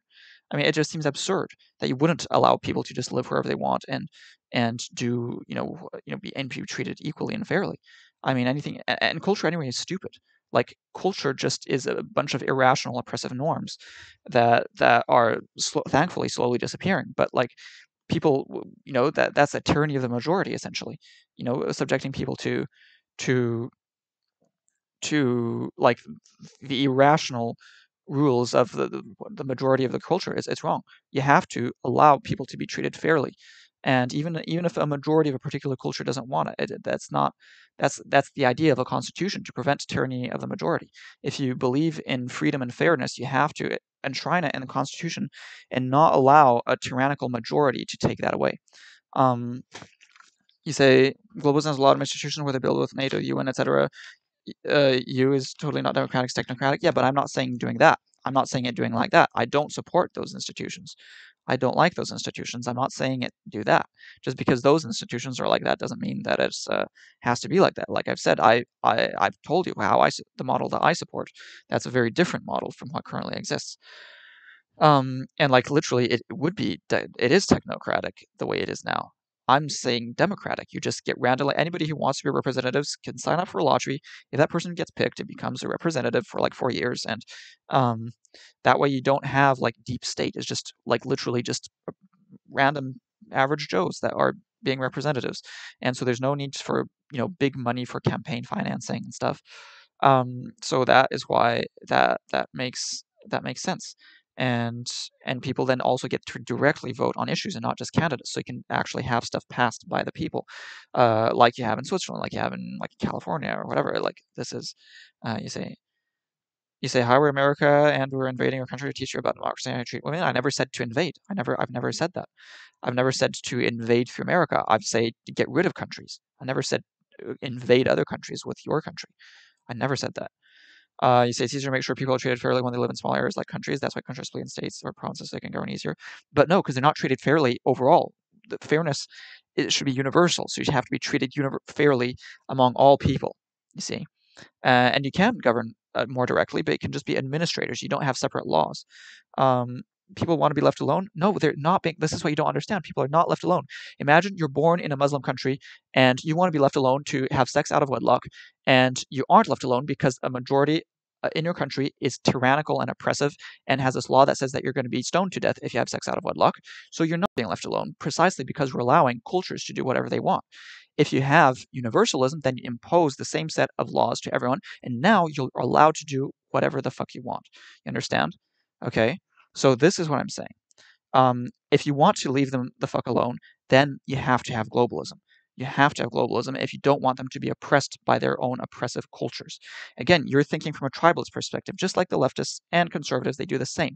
They say leave people alone. What they mean is leave cultures alone, to not leave the individuals alone. If you believe in individualism, if you believe in leaving the individual alone and giving freedom to the individual, then you have to have globalism to avoid the cultures to oppress their members. You say deep state is just someone taking the power from someone and putting it onto themselves as possible to have a deep state. Yeah, but not with the system I've suggested. Not with the system I've suggested, unless you overthrow it. But as long as you have the system that I've been saying, that's not going to happen, right? Because like literally it's just a bunch of representatives, and this is the thing, it's a chamber. It's not just one person who happens to be in power. You don't have presidents. It's all just houses of representatives. Okay, so they all vote as a group. You don't just select one person for one role. You select a bunch of people for a chamber, a legislative chamber, an executive chamber, a judiciary chamber, right? You don't have no, it's not another form of Western imperialism. Sorry, it's not. You fail to understand that it's not doing globalism is a form of tribalist oppression of individuals. You say it's dictated by religion, it won't work. It's crap. You say you want good things that are okay, but you want to force it on people, that's not okay. No, I want them to do it. I want them to do it but obviously, no, it is okay anyway to force it, but I just don't think it would work if you have to force it too much. So I have to get them to realize. The point is that it's not okay to force them, okay? You don't understand mental states. You don't understand why is it okay to force the being stoned onto a person? Why is it okay for a woman to be stoned? That's being forced onto her. She doesn't want it, right? But you think it's okay. See, that's the difference between you and me. I don't think a tyrannical majority of a culture should be allowed to force things onto people that don't want it, even if those people are a minority. I don't believe in tyranny of an idiotic majority of a particular tribe, and I don't believe in inequality. And so you can only have equality. Corruption exists in every system. People are inherently corrupt, of course. But you can limit that corruption, like I've said, by doing the sortition thing. Plus, yes, they could be still subject to corruption through like lobbying and stuff to like vote for a particular thing. The way to do that is then have, like I've said, I've suggested an income cap, like a lifetime income cap, so you just don't have big rich individuals that can potentially corrupt people. So that's how you solve that. You say the only way it would work is with force, but you already have force. The only way any government works actually is with force. You have a police force and you have like a military and stuff, and that's how it holds together. It wouldn't work without that, you see. So it already countries already, every organization has a lifespan is inevitably subject to corruption. Creating one global organization will be the end of humanity. No, it won't. Not doing it will be the end of humanity. Just because it says in their Bible they should stone a woman for something she did, that's just how it is. Yeah, but that's wrong. Okay, I'm sick of you. I'm banning you just because you're just complete idiots, and I'm really pissed off at you. I mean, I really loathe you. So just bye.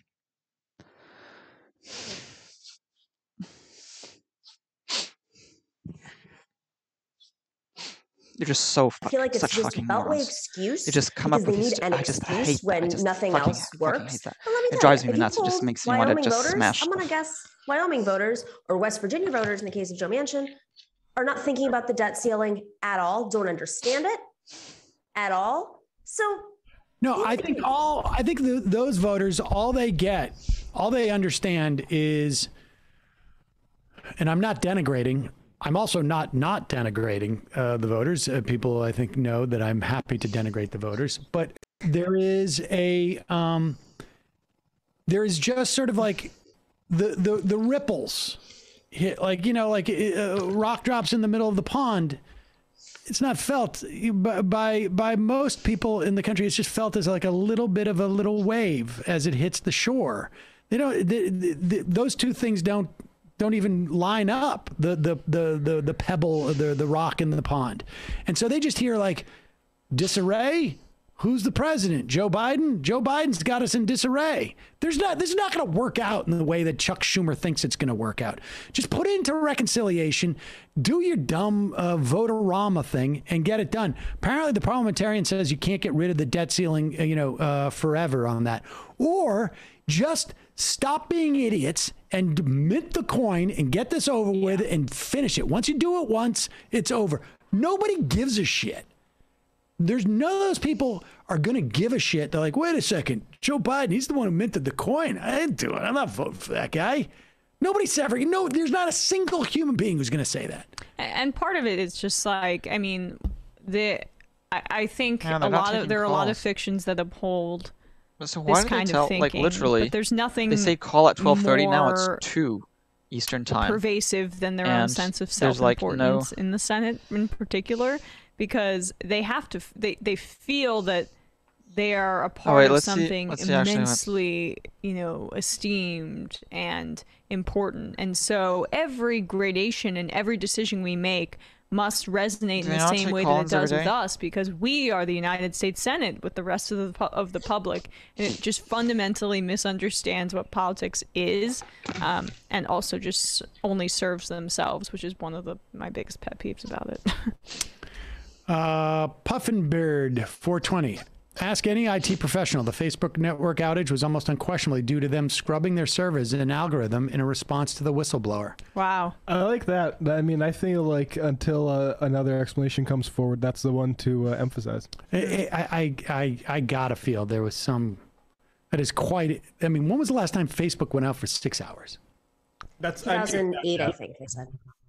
Or 8, I don't remember it. Or even an hour. Laura, what's the point of the EU anti-tax avoidance legislation if countries like Cyprus and Monaco can still be used for offshore banking? Call me cynical, but I don't see anything changing with the Pandora Papers.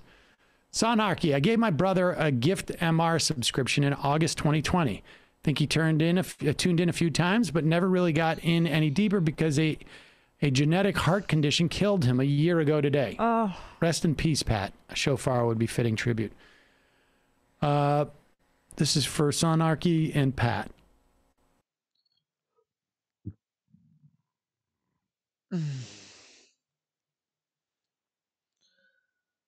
Okay, I'll be back.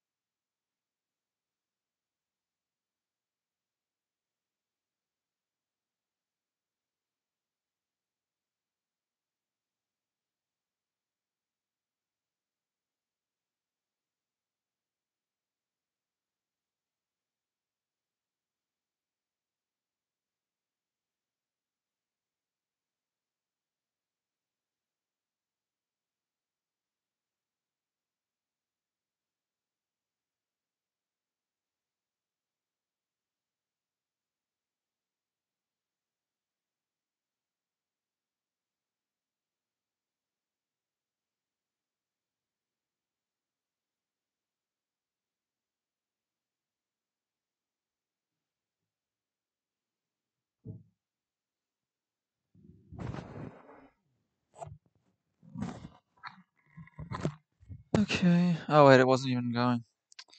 Crap. Thing. Did they arrest these? Were they from New York City? Were they from Long Island? I'm very curious who these folks were. I'm not saying anti-vaxxers don't exist in New York. I see people without masks on in buildings without the vax card all day long, including my lobby. But I'm just curious, like, what happened? Okay. Did the cops do their job? Did they arrest folks for endangering others?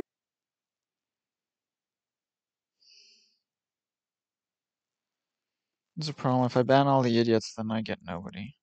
And literally all my viewers are idiots.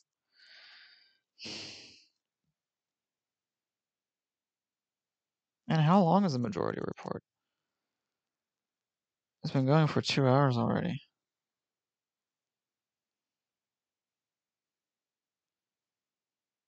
Oh, there's Boston. Wait, who have we got here?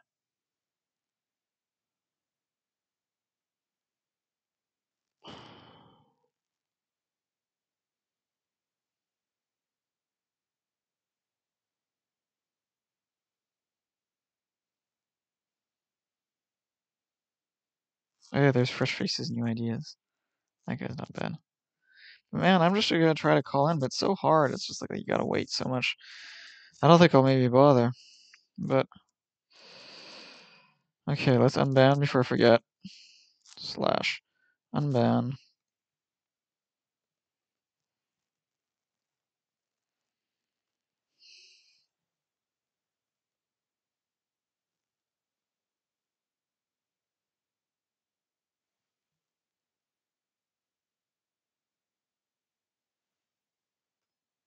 There we go.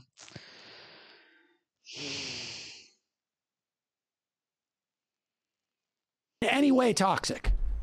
Of course, look at the draft. Look at conscription. Oh my God, dude. Dude, you're not listening to what I'm saying. What is explain to me. Doesn't exist. What is masculinity anymore? One at a time, please. What is masculinity? Emma, shut up. In other words, Emma, please stop talking. Please, we need to give the floor back to the man who thinks that masculinity is under attack. One at a time. What is masculinity? I would say that masculinity is defined as the social conventions that someone would expect of someone who appears to be male. Expect? But I don't. Wait. So you don't have masculinity. I impose it on you. Is that what you're saying? I did not say that, no. Well, if you're telling me that the definition of masculinity is what other people expect, you're saying it has nothing to do with you, that you don't have masculinity. I impose it on you. That's my expectation. Sounds like you're gender fluid. I didn't say. No, not me personally, society. You're saying expectations. Does masculinity exist except for in the expectations of other people? Society as a whole, yes. I didn't say from you. No, I understand society as a whole. Can masculinity exist without the expectations of others? Yes. Okay, what is it?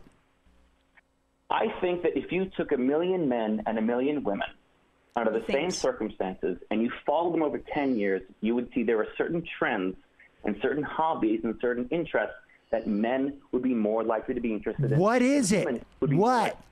It doesn't mean that you're defined and it doesn't mean that you're locked into these roles. It doesn't mean that a woman can't play football and a man can't wear makeup. Those things are totally fine. There's nothing wrong with that. What it means is that there are some innate differences. Dude, are you telling me you're a men's rights activist and you can't even define for me what the word masculinity means? Masculinity is not a scientifically defined term, so no. The social construct is what you're saying?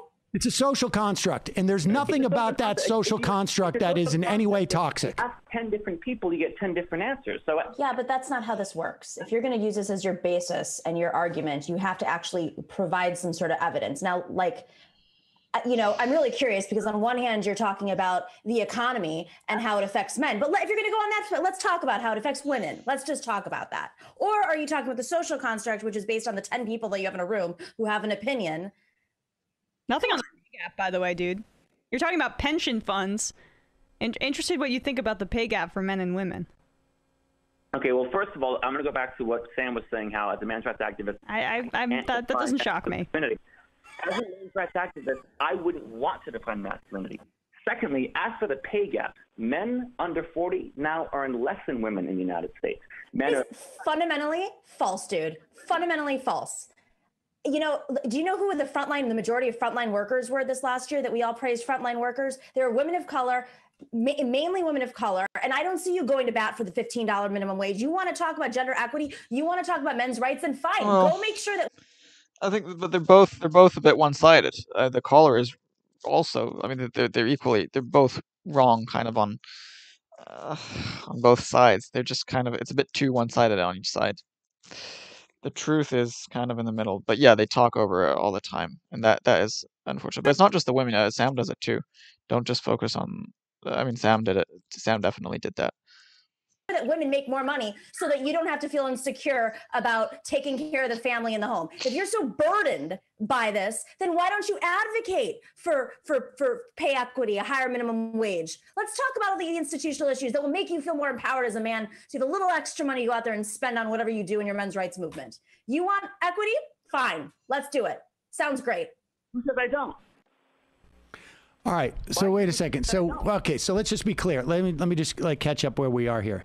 There's no way to define masculinity. So any talk of toxic masculinity, of course, is absurd because we don't even know what masculinity is.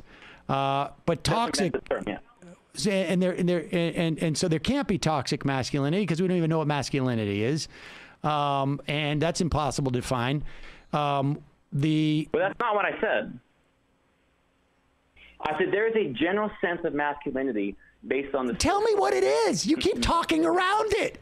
Don't tell me there's a general sense. I'm asking you what it is, and you can't articulate it. So how is there a general sense? Because there's no specific definition. As you said, there is no specific... Well, here, let me tell you what toxic masculinity involves. It involves things that end up leading to domestic abuse. Yes, it's not funny when men get hit, but the fact of the matter is the overwhelming amount of domestic abuse in this country is men on women, right? That is very much debatable. Well, okay, debate it. Oh, boy.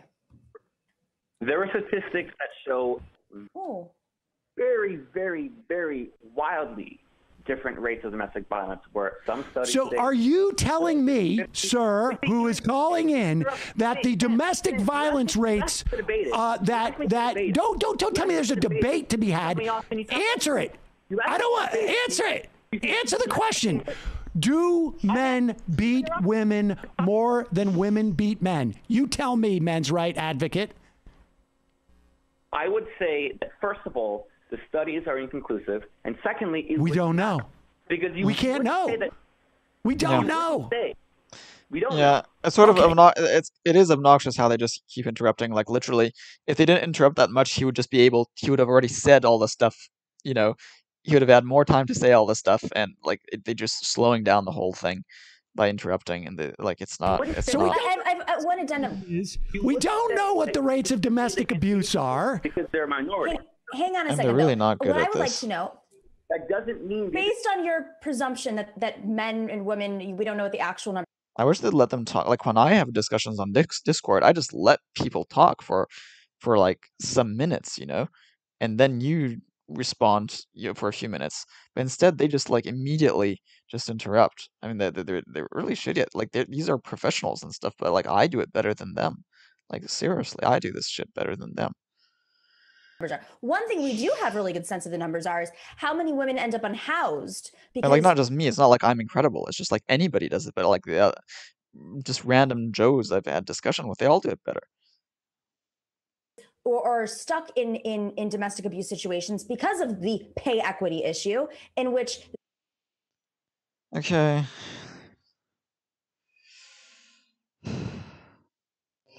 Wait. What? No. What am I looking at? Oh yeah, this one. Let's see if, this is really over a tent that could have hit. There's a little old woman who was walking through. What had happened if she hurt her head?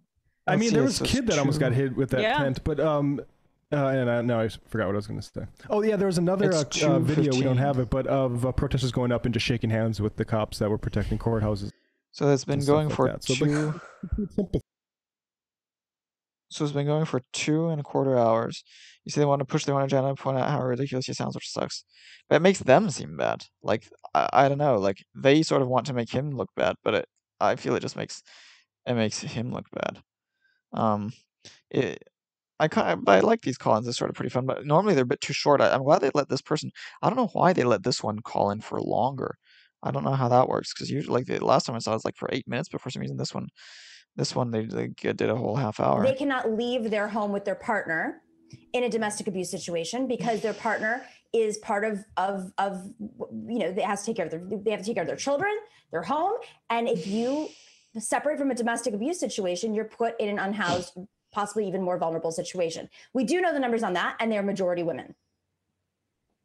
But first of all, do you think it's possible that because male victims are taken less seriously and they don't get as much help, more homeless men than women, and they don't more have men a in the shelter world. to go to, that the number of because it's not just that. It's because men lower. tend up to also just tend more. No, I don't actually, because situations. There's a pay equity issue. Yeah, it does make men make more money than women. That's not true. Okay, so let's just be here. I want to sum it up, because obviously there's nothing seems to be knowable here. We don't know what domestic rates of violence are. We don't know what the word masculinity means. We also we don't know what the pay disparities are. All we know is that 13, 14, 15-year-old boys are writing into you saying that people are telling them men are bad and boys are bad. That's not what I said, Sam. That is not being honest at all, and you know it. And we do know, by the way, we do know the pay gap statistics. When you control for all factors such as working overtime, men and women earn almost identical salaries in the United States. Now, if you take the median male salary... But why would you control for working overtime? Why wouldn't you? Because you're talking about the opportunity to make money. But women have the same opportunity to work overtime. No, they don't, because they have kids. Men have kids too.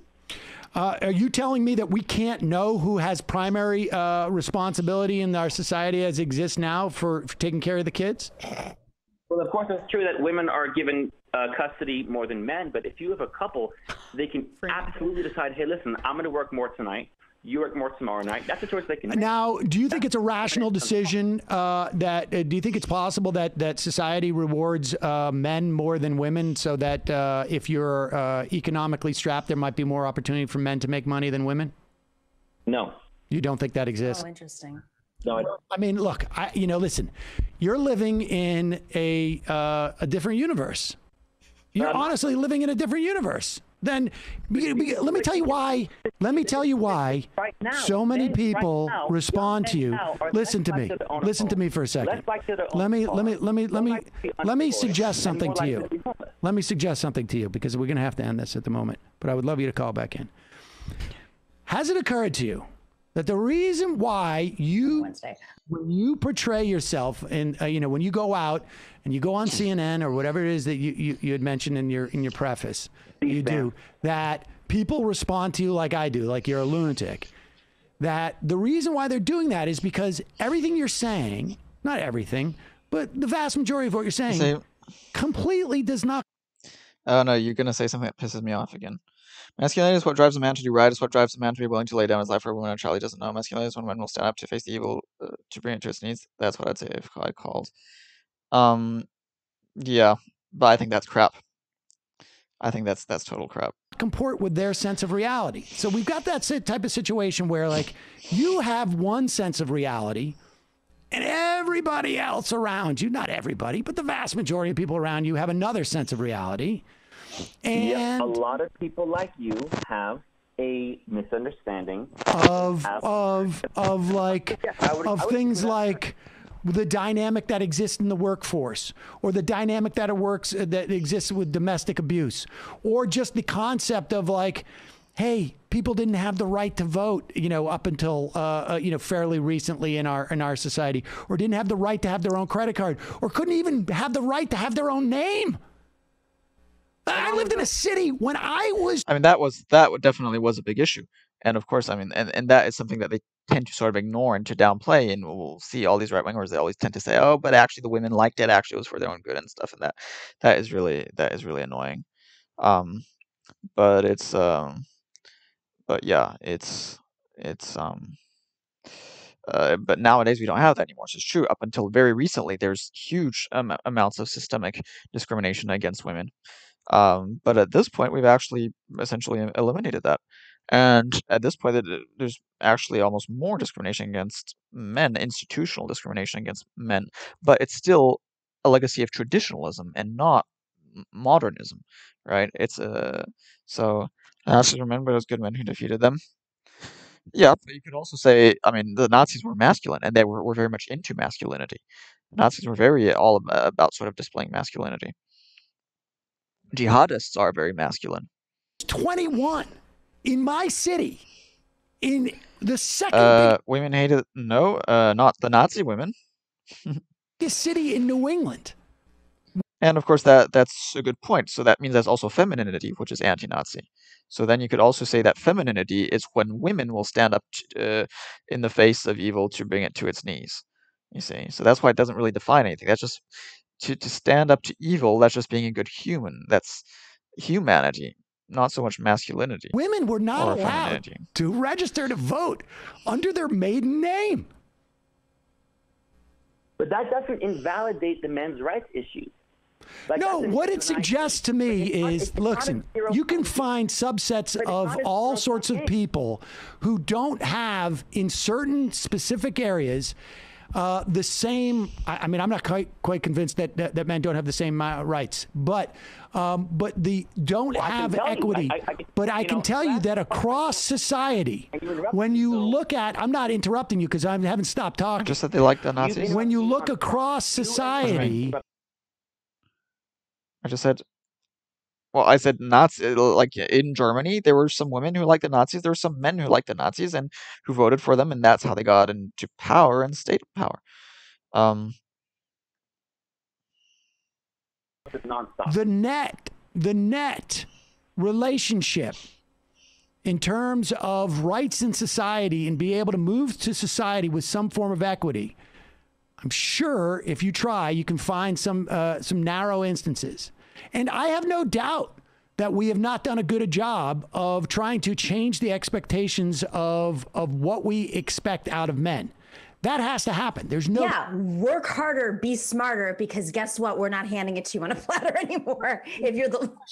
Of rights. It's not what I said. It's not a question of rights. It's not about being handed on a platter. It's not a question of rights. Grades for the same work at every age and every subject. Just so you know. Could it possibly be? I have a theory about people like you, and I don't worry about offending you because you just spent the last 20 minutes basically offending everything that both Em and I have been talking about for the last, I don't know. Hang on a second. I know. I have a theory about you. You're not the kind of person that would offend me because your opinion of me is not a reflection of myself. And that is, I'm so happy you have that self-confidence. I'm so happy that you just walk through the world thinking that your opinion matters more than everybody else's. But guess what? It seems like you're a little insecure about, I don't know, maybe you have to put in a few more hours and do a little extra work because now immigrants and people of color and women are suddenly outpacing you. There's 10 seats at the table, and I'm sorry, you were the 10th, and now you feel insecure because you don't just get that spot. I never said that. No, I know you didn't say that. That's my theory on you. I know she's just putting. This reminds me of this. I don't like time, these and just theorizing to give you about a little somebody. story. I remember, and Samuel will appreciate this. I was sitting in a conference room with Ron Hartenbaum and his partner talking about a Sirius XM show, and out of their mouths, these 6-year-olds said to me in their 60s, said, Nomi, we really wanted a woman and we're really happy that we chose you because you don't have kids. And we knew that you would be able to do this job 3 hours a day and put in the extra work needed because you're still young enough that you don't have kids. But we needed a woman to host the show. Out of their mouths, that is what they said. Do you see what's wrong with that statement? Do you have a sense of that? Nakomi, is that what I said? No, that's not my name. I'm sorry. Can you try that again? Well, wait, that's your name is what? I'm looking fair. I'm looking at your right now. What is your name? Is this okay.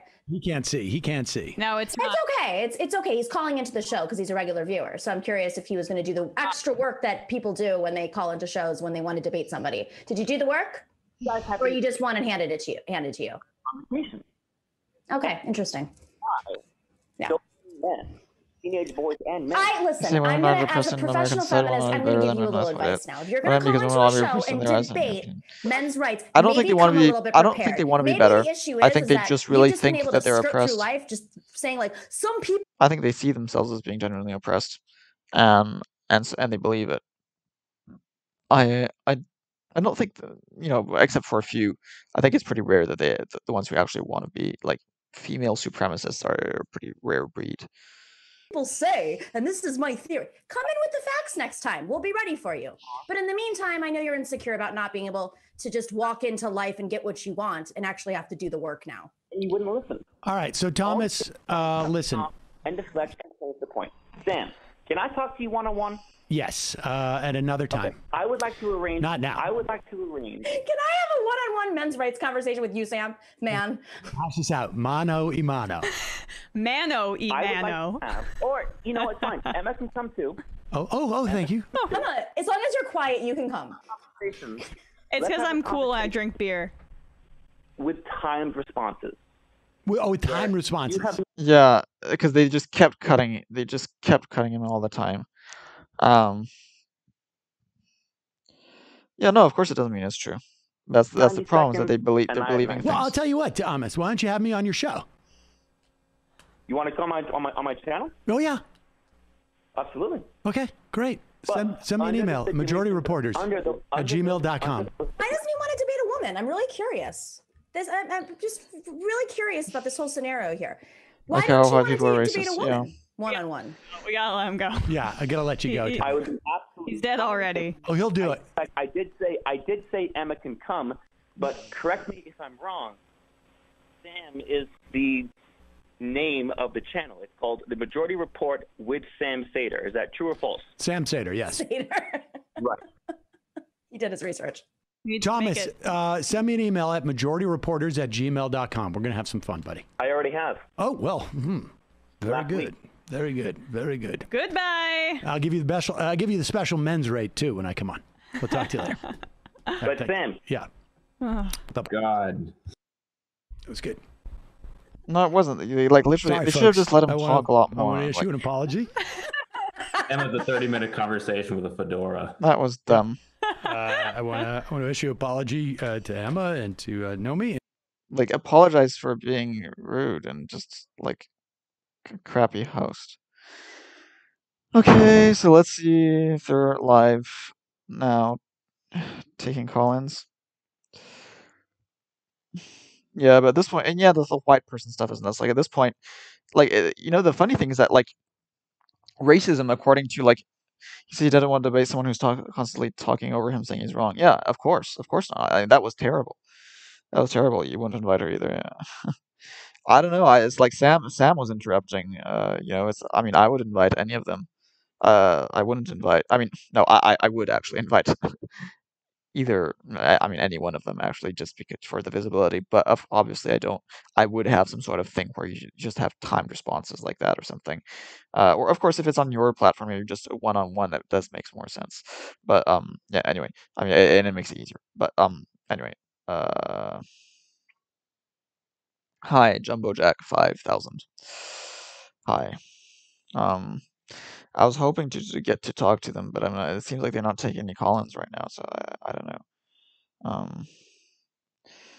I don't know what to. I've muted it. Let's unmute. Co said that the Title 42 was illegal, that it was inhumane, and it was not worthy of this administration that I so strongly support. Quote, I believe this administration's current implementation of the Title 42 authority continues to violate. Oh yeah, the racism. Yeah, it's like most people, the most people's definition of racism, and which is one that to me strikes me as relevant, pertinent, and valid, is like the notion that you're racist if you treat people differently according to race, and particularly if you treat a person worse specifically because of a person's race, right? That's how most people conceive racism, and I think that is a wrong behavior that nobody should be engaging in, that we should be sort of fighting against. But interestingly, the sort of academic definition and also like the sort of leftist definition as a result, is rather any action committed by any member of a group which has generally in recent history been more dominant than another group, and that action ends up somehow hurting a person of a group that has been historically more less dominant and dominated, right? And what that means is I can just do anything as a member of a group that has been overall more historically dominant and sort of up until recently. That means that if I do anything that somehow ends up hurting a member of a less dominant group, even if I don't do it intentionally, even if I don't do it on the basis of race, I could just practically just be driving my car on the road, and there's a person in back of me who wants to drive faster, and that person happens to be a person of color. Well, I'm being racist for not allowing that person of color to properly enjoy her day.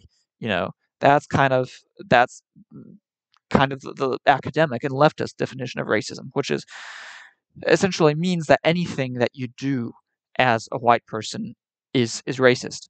And meanwhile, if you're a member of a historically underprivileged group, then it's never racist. So if, for instance, if you just join a gang of, if you're a black person, you join a gang of black people and decide to kill or just, beat up a white person for being white, well, that's not racist because whites were historically the dominant group. And this is literally, I've seen this. This is that they say that, and if you say that there's been like racist incidents, because there have been racist such incidents, and they say, well, that's not racism because blacks can't be racist because they're a historically oppressed group. And so you see what I mean? It's absurd, right? It's utterly absurd. So that is what I'm saying. And that is it's just completely nuts. And that is why like leftists are just they've gone off the deep end, and they've lost it.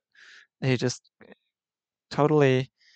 And the thing is that it's the same stupidity as conservatism. It's the same group. It's the same identity politics. It's all about identity politics, just like conservatism. That's why I say that the left is the real alt-right, because the left are basically just do traditional sort of oppressive tribalist stuff just differently, right? It's like they're like supportive of religion when it's done by non-European people. They're supportive of nationalism when it's done by non-European people. They're supportive of sort of traditionalism when it's done by non-European people. They're supportive of as well as like forced labor, as we know. There will be science denialists when it doesn't, just like conservatives will deny like round earthism and like evolution, and the leftists will deny the possibility that like there are biologically determined differences in in personality already between the sexes. They don't necessarily like to admit it, and then especially between racial groups, they that is a big. You just cannot say that. So they move too far from the middle ground. Well, it's not that they move too far from the middle ground. They just move too far from reason, from rationality. I don't like to think of it in terms of a middle ground. I just like to think of it as true or false, or good or bad. And they just moved far from true and good. That's the problem. But I mean, conservatism has does the same, and it does it worse. So obviously, I'm still somewhat more. I am more sympathetic to leftism, of course, because leftism fundamentally tries to do away with conservatism and to replace it with something better, and it just that ends up doing more of the same, essentially, and that's really the problem with leftism. The problem with leftism is that just is another form of conservatism, and like it's not progressive. And it should be. What we should be is believing in actual rationalism, the actual true Enlightenment values of universalism and freedom and fairness. That is what we should really, and of course, like rationality and science and equality, and yeah. So that is what we should be. That is what we should be doing, and of course, and these values at an individual level. So it's about individualism, right? It's universal individualism. It's universal freedom, universal individual freedom, universal individual fairness, and the left doesn't do that, and of course conservatives don't do that.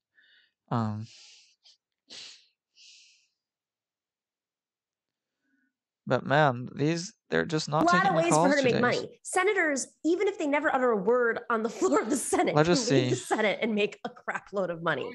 Yeah. Oh yeah. Sam's hanging Chad. Sam, if you go to hell and your punishment for all eternity was to spend it with either Meghan McCain or Ana Navarro and listen to their commentary, who would you pick? Going back to purgatory is not an option, and heaven is obviously out of the question. And you have to be a Republican to get in there. Why does it have to be women? Ana Navarro. Because maybe it's just because they're both, that's Navarro's her view replacement. Yeah.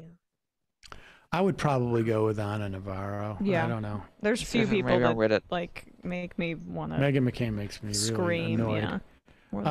Real Ace Attorney. First week that I've been happy about the Giants in a while. Feels good, man. It does. It feels really good. Arian ran Dominatrix. How much jabber could an Anne? Okay. I don't know where that's going, but it doesn't look good. Appenva. Does Emma really think spring is the best time to plant trees? LOL.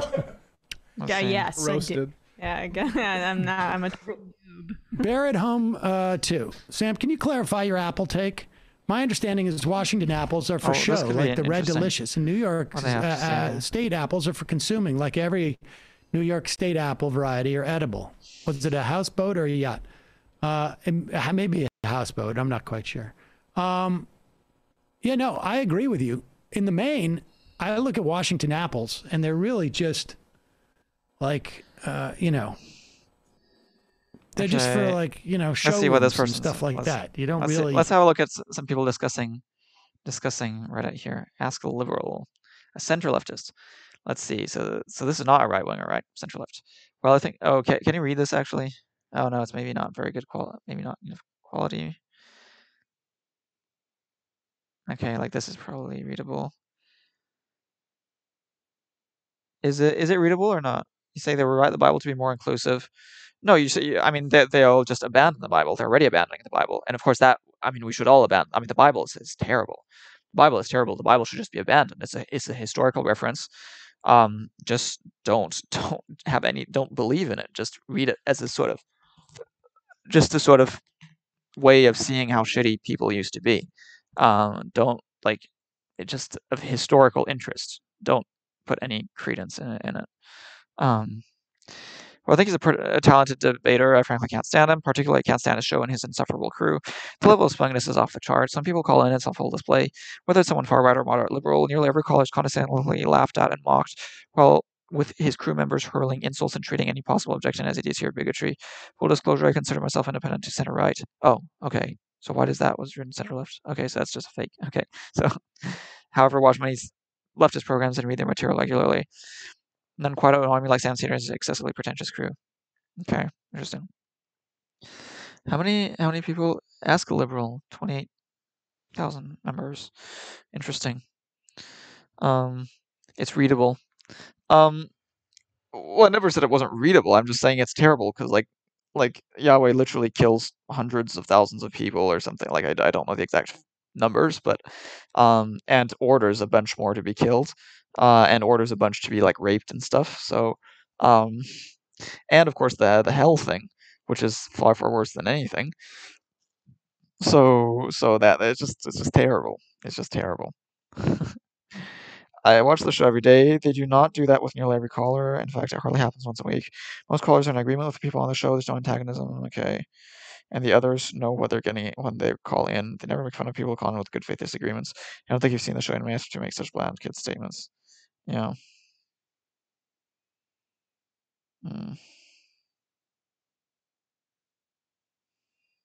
Yeah, I've noticed most callers are indeed in agreement, and there's no issue, no friction. That is true. Why aren't we getting call-ins? Why can't we call in? Can I call in? Maybe I can call in. I'll try calling in. Man, I've called in 5 times. I've tried calling 5 times already, and I left a message. I actually left a message.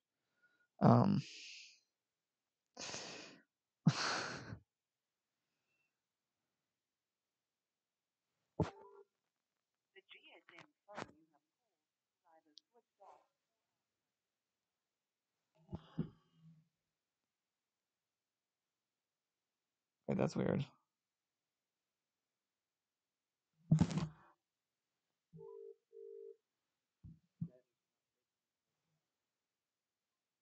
Okay.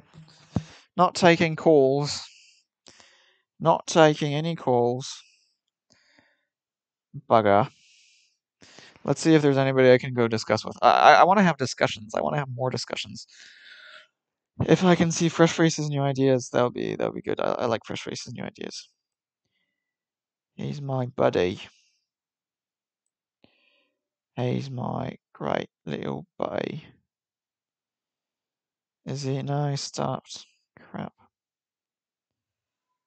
There's Boston. I wonder how many followers Boston has now. He accidentally deleted all his followers.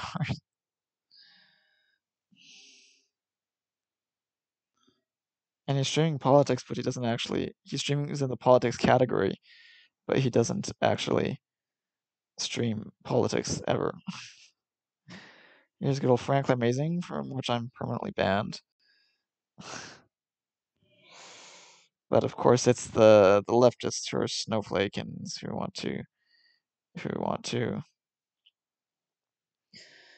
to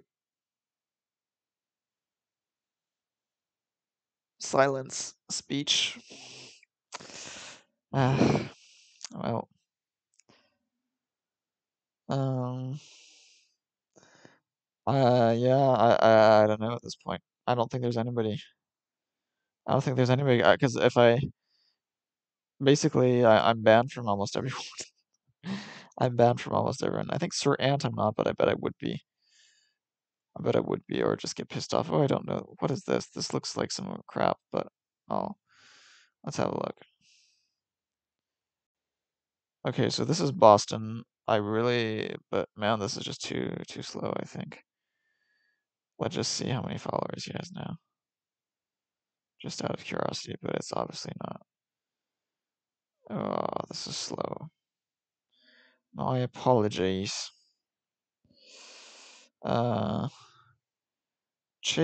What the heck does this mean? Like, what the... CHQW with GY? What the fuck does that mean? That, like, doesn't mean anything.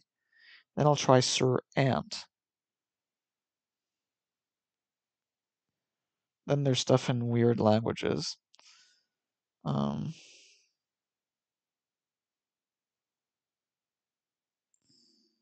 Well, that actually looks like an interesting question.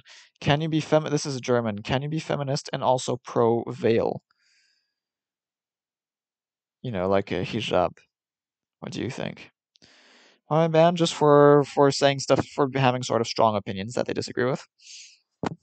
So, I'm banned from the sort of main right-wing channel that's always doing it, plus pretty much all the left-wing channels. Except for Fresh Faces, New Ideas there, that's pretty good, and a few others. But yeah.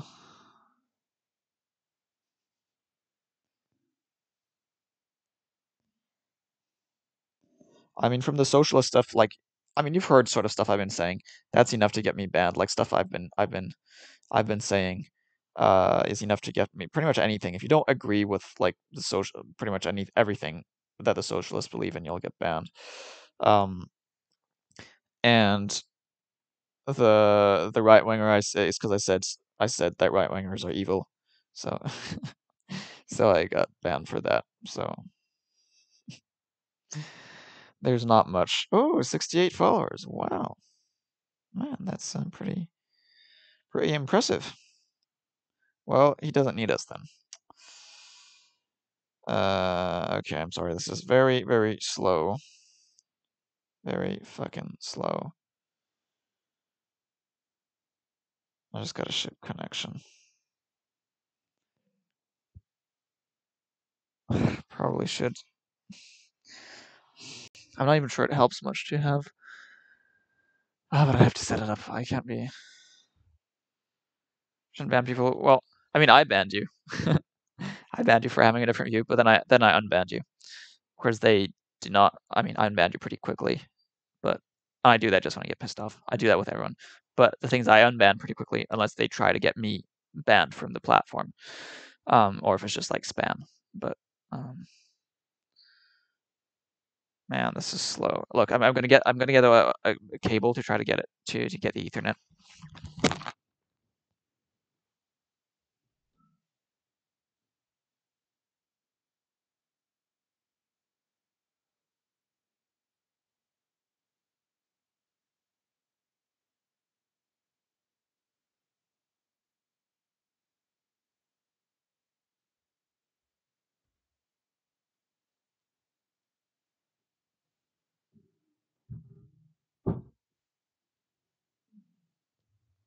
Okay.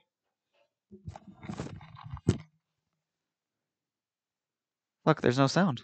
Why is there no sound? Why is there no sound? Oh no, I was muted. Crap.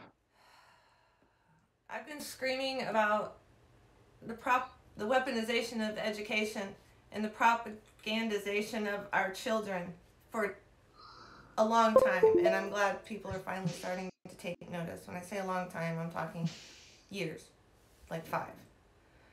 Durham is about to expose massive 2016 corruption. Ex-DOJ staff Kash Patel says, "Let's get ready to rumble." Who thinks? Chat room. Okay, for those of you who are being distracted by all of the shit that's going on, Durham is still plugging along. We're coming up on his 4th year or 5th year of appointment. So it's 17 to 18, 18 to 19. Okay, so I've got Ethernet, but 20, I'm not sure it's 20 to 21, right? I'm not sure how much better this is going to be. 18 to 19, 19 to 20, 20 to 21. Yes, I count on my fingers. Get over it. So 4 years. This man was appointed under Jeff Sessions. He was appointed on October 28th of 2020, as you were 2017. So he's had a while. I'm thoroughly impressed that he's already at the point of indictments. Although all those indictments, remember, like hundreds of thousands of indictments, right? Man, this is a bit. There's a high probability that they're all linked to this in some way, shape, or form, and knowing that the count of I don't know what to say here. It's so like what happened, for those of you who don't know, is that bit too arcane. Federal indictments, and they were kind of like flat lines, and then like when John Durham got appointed, they started going like this, like up like a rocket, just up, up, up, up, and I haven't really been following them, but yeah, it could be bad, like massive 2016 corruption scandal. I mean, you know, if he's been working on this entire time, which we have proof of because there's congressional testimony that he was conducting this investigation long before Bill Barr was appointed. So that's proven. Don't come at me about that. What else? Anyway, so you're going to start to see all the connections, all of the people. At this point, you could just go to QPost1 on October 28th of 2017 and just change the year to 21, and I could retire and go to bed. Why is there flat Earth good? I don't know. So you literally why is there flat Earthism? A 4-year dress rehearsal, which was a dress rehearsal for us. It was reconnaissance for President Trump. You can't know your enemy. You can't fight your enemy unless you know your enemy. And you can't know your enemy unless you're inside the enemy's camp. So the best way to do that is just expose yourself to all the slings and arrows and absolutely everything that they could possibly throw at you while simultaneously collecting a shit ton of evidence against them after having already given them the warning that they could just go home and sit on the indictment couch and wait. Yeah, I don't know. Seems like a Trumpist, but I'm not. I can't even really.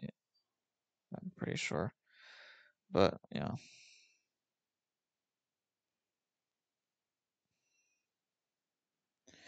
I mean, all the sort of, all the sort of republicanism stuff is just silly craziness.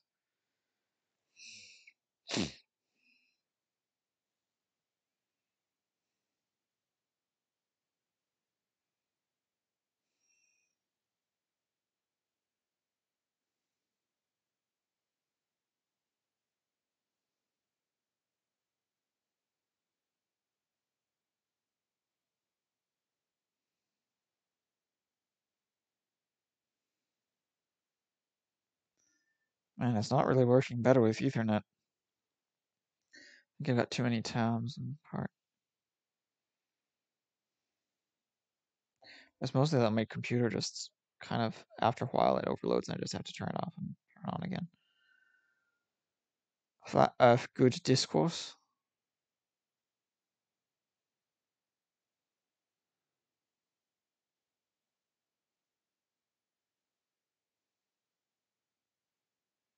Come on.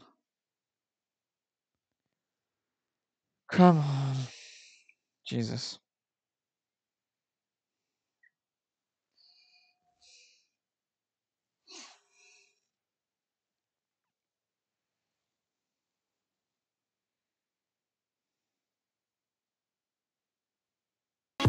Two fans downstairs and 2,000 online. Your bedroom is your stage. Bring it, Rockstar. Life is your stage. Other particular model is correct. Or what we know, right? That's what we are all about here. So we can go into speculation and things we can actually know, what we can test. And these measurements we can do for ourselves. You can do it, right? That's the beauty of it. You can do it. You don't need to be dependent of anybody. You can just go to a beach and do it. So yeah, I mean, could you describe a little bit more about that, or is there any kind of good material I could look at on that? Oh yeah, we have a whole.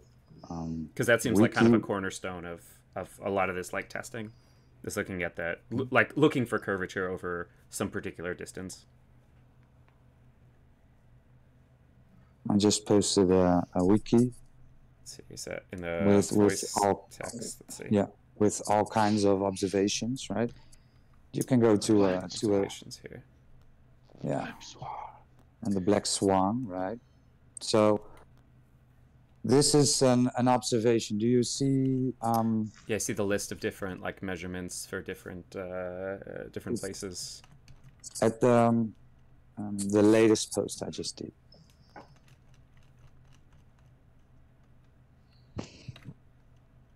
Do you see the picture with the two oil rigs? Oh, here. Let's see.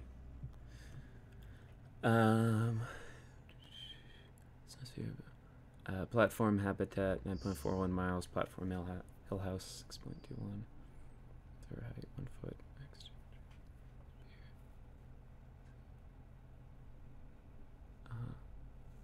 So this is two different oil rigs that are like different distances away, and they're their height 1 foot. So it's a modest tolerance, right? If P, then Q, not Q, therefore not P. If the Earth is a sphere with the radius of 3959, then every horizon's distance measurements must be no more than 1.225 times the square root of the observer height in feet, Q. Not Q, horizon's distance greater than 9.4 miles, therefore not P. So we see in this observation two oil rigs, and so where's the horizon? So the horizon is presumably like somewhere past the platform habitat. That looks like it's the one in the background. Yeah.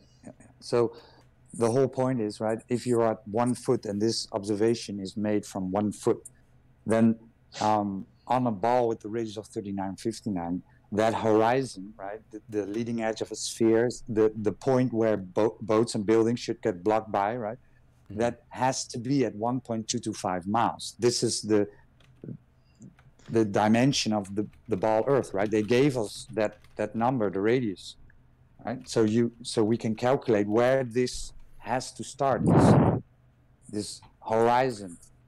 But here we see at 1 foot observed height, we see almost 10 times further than the globe geometric limitations.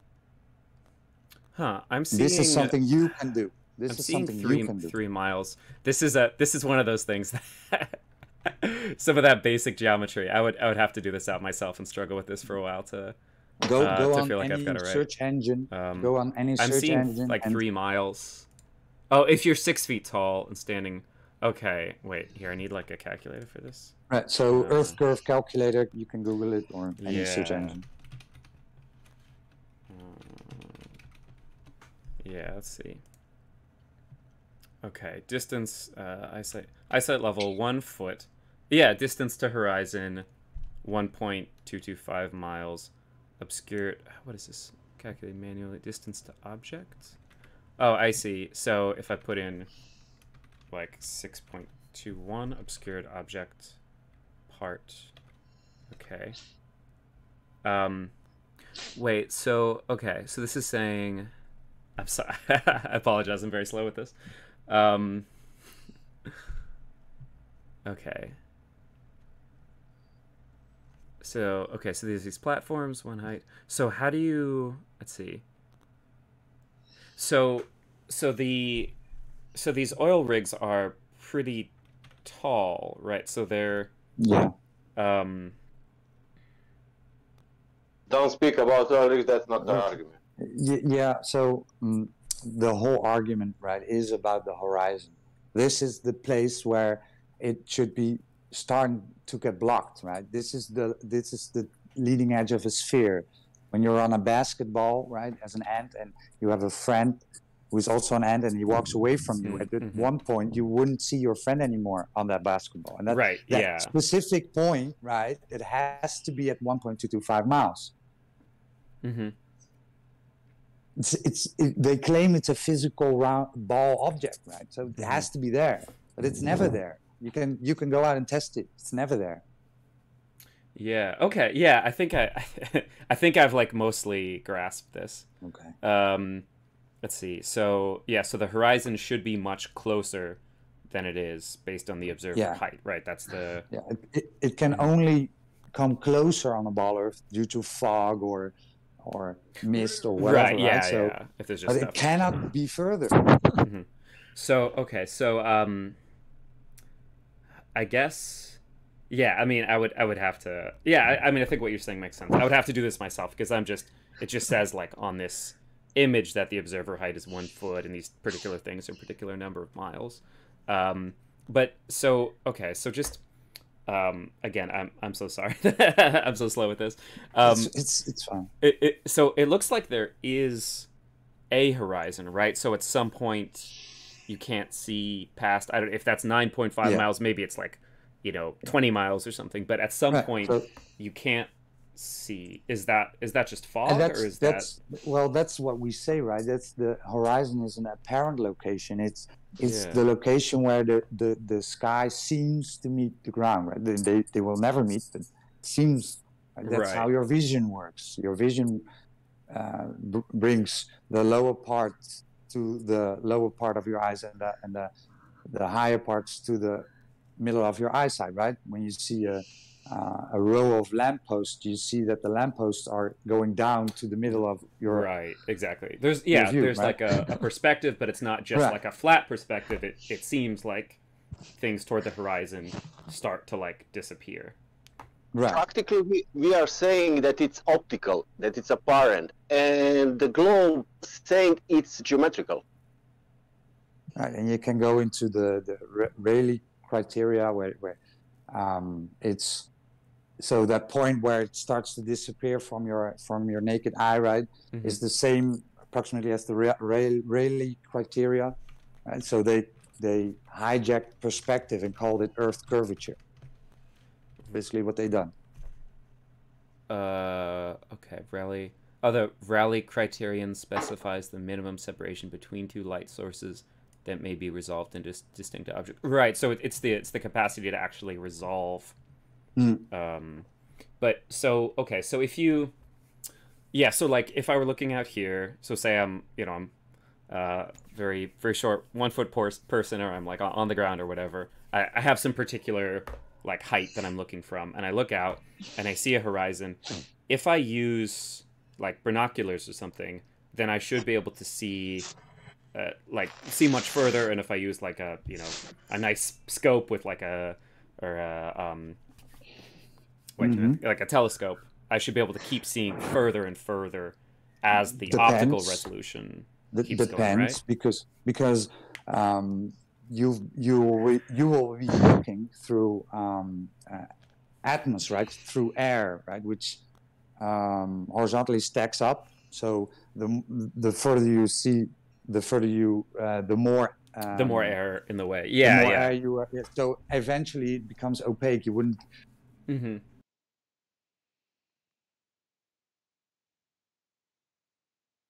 No, it was over. Stream ended. Okay, well, never called in anyone. Anybody watching right now? Out of curiosity. Anybody watching out of curiosity? No, I don't think so. All right. Well, we're gonna then stop. And, well, thank no one for watching. Rightio. Wait, let's just see if there's like one more. Why is there nobody here? And why is it so damn slow? Sorry.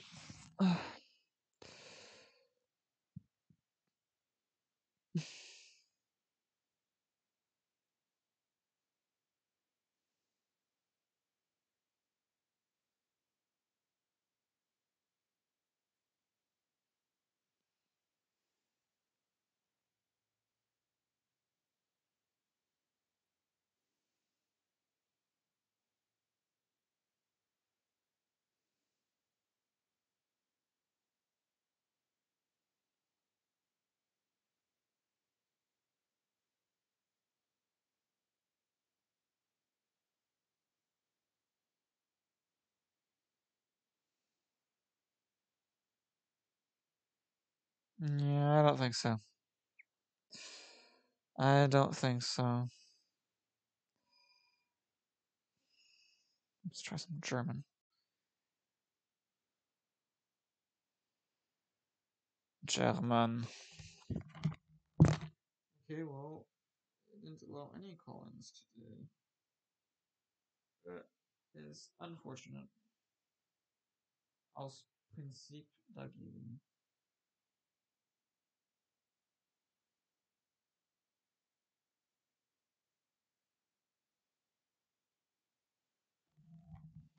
Jan. How does this guy have 16 followers, but... die andere Ziele haben, nicht so gut finde, zum Beispiel.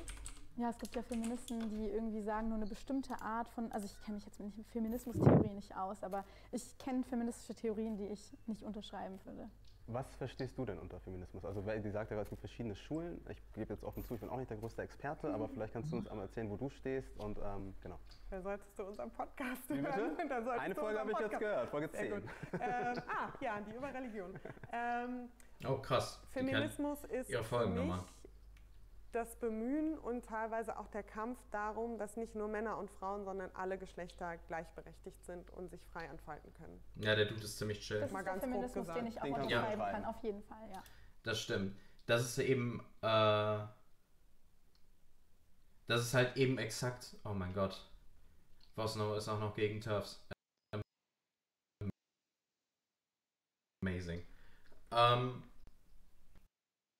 Ich finde, das ist auch tatsächlich das, was modernen Feminismus halt super auszeichnet, dass du eben nicht nur über Frauen und Frauenrechte und die Position von Frauen in der Gesellschaft sprichst, sondern generell darüber sprichst, welche Werte vermittelt man uns halt als Gesellschaft und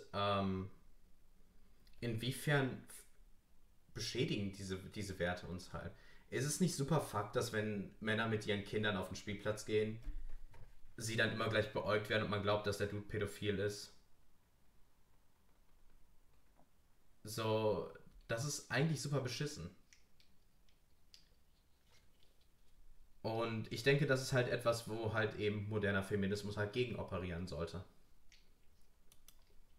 Und dafür würde ich mich auch einsetzen. Ich glaube, das ist auch wirklich so ein Kern des Feminismus. Das kann man ja nicht so zusammenfassen, so Feminismus ist das und das, sondern Kakaopulver, glaubst du, ich bin ein Dumbass? Die Bandbreite ist ja unfassbar groß. Da hast du irgendwie sexpositive Feministinnen, die sich für feministische Pornos einsetzen. Kann ich jetzt nicht so viel mit anfangen, weil es irgendwie nicht so meine Area. Auf der anderen Seite hast du Feministinnen, keine Ahnung. Man könnte argumentieren, dass Pädophilie lediglich eine sexuelle Einstellung ist. Ich würde allerdings sagen, es ist nicht möglich, dieser sexuellen Einstellung nachzukommen, ohne Leute zu verletzen. Und genau deswegen ist, finde ich, Pädophilie nicht okay und sollte halt auch niemals okay sein.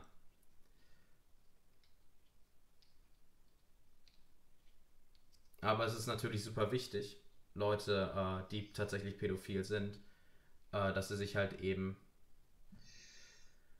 ja, dass man sich halt um die Leute kümmert und sie dann in entsprechende Programme bringt. Und vielleicht ist es wichtig, dass man das Ding halt auch, zu einem gewissen Grad, ich bin kurz weg.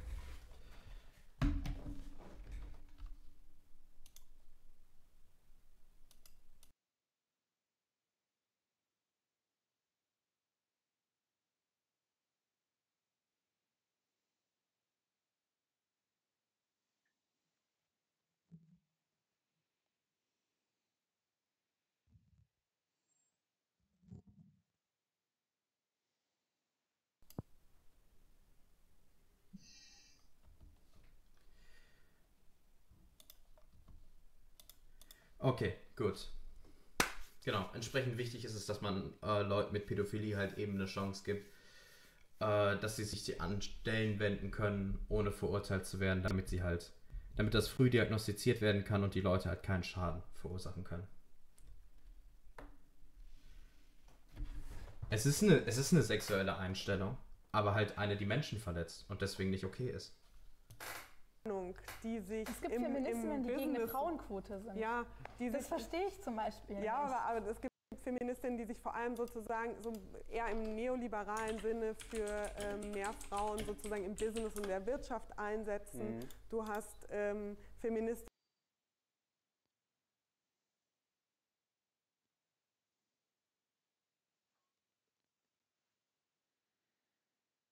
Yeah, this is incredibly slow.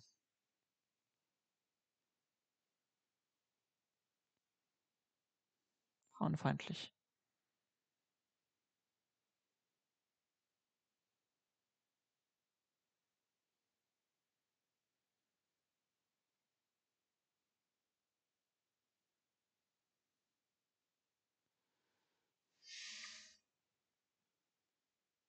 Oh, hi.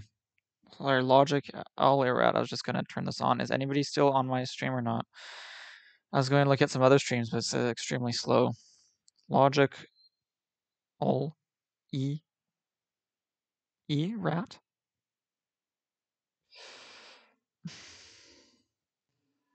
But crap, I missed it because I didn't turn on my speech chat.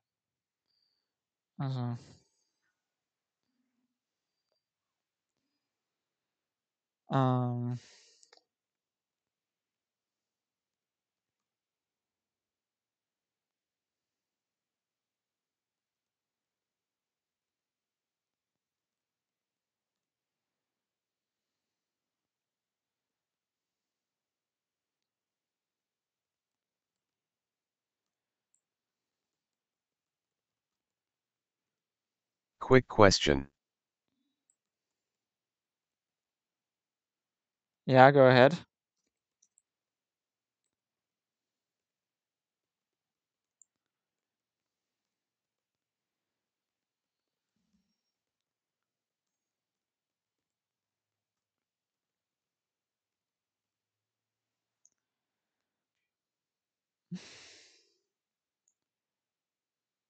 Why do I think people are afraid to stream politics? Are they afraid? Why do you think people are afraid to stream politics? I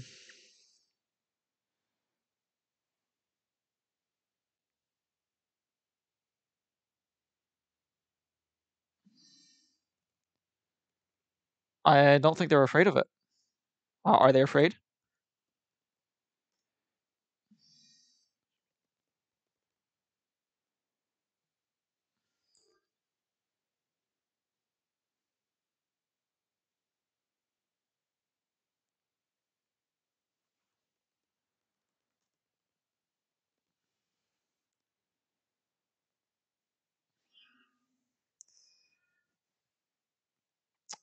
Are you afraid? I don't know. Are you? Oh wait, are you a troll? That's true. It's lots of new people. Oh yeah, you're a troll. Presumably, like, you're the jihadist. At this point, I'm just presuming.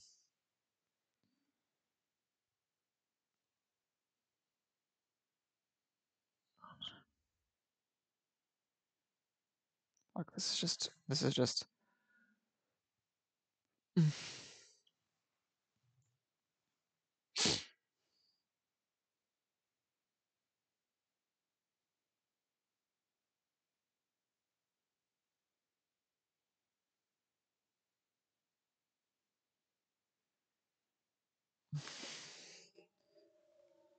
Okay.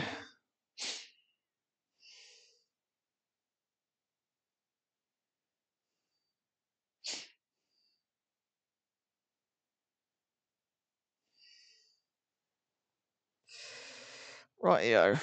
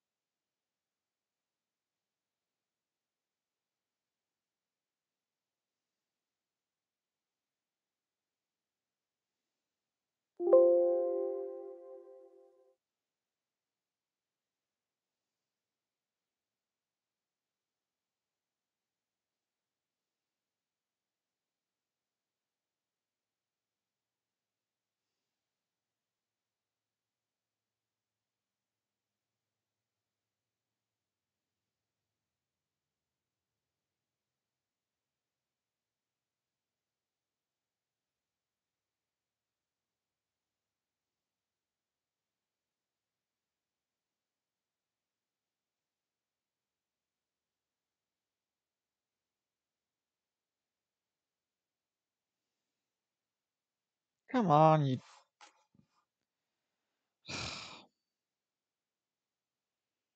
My computer just can't handle this.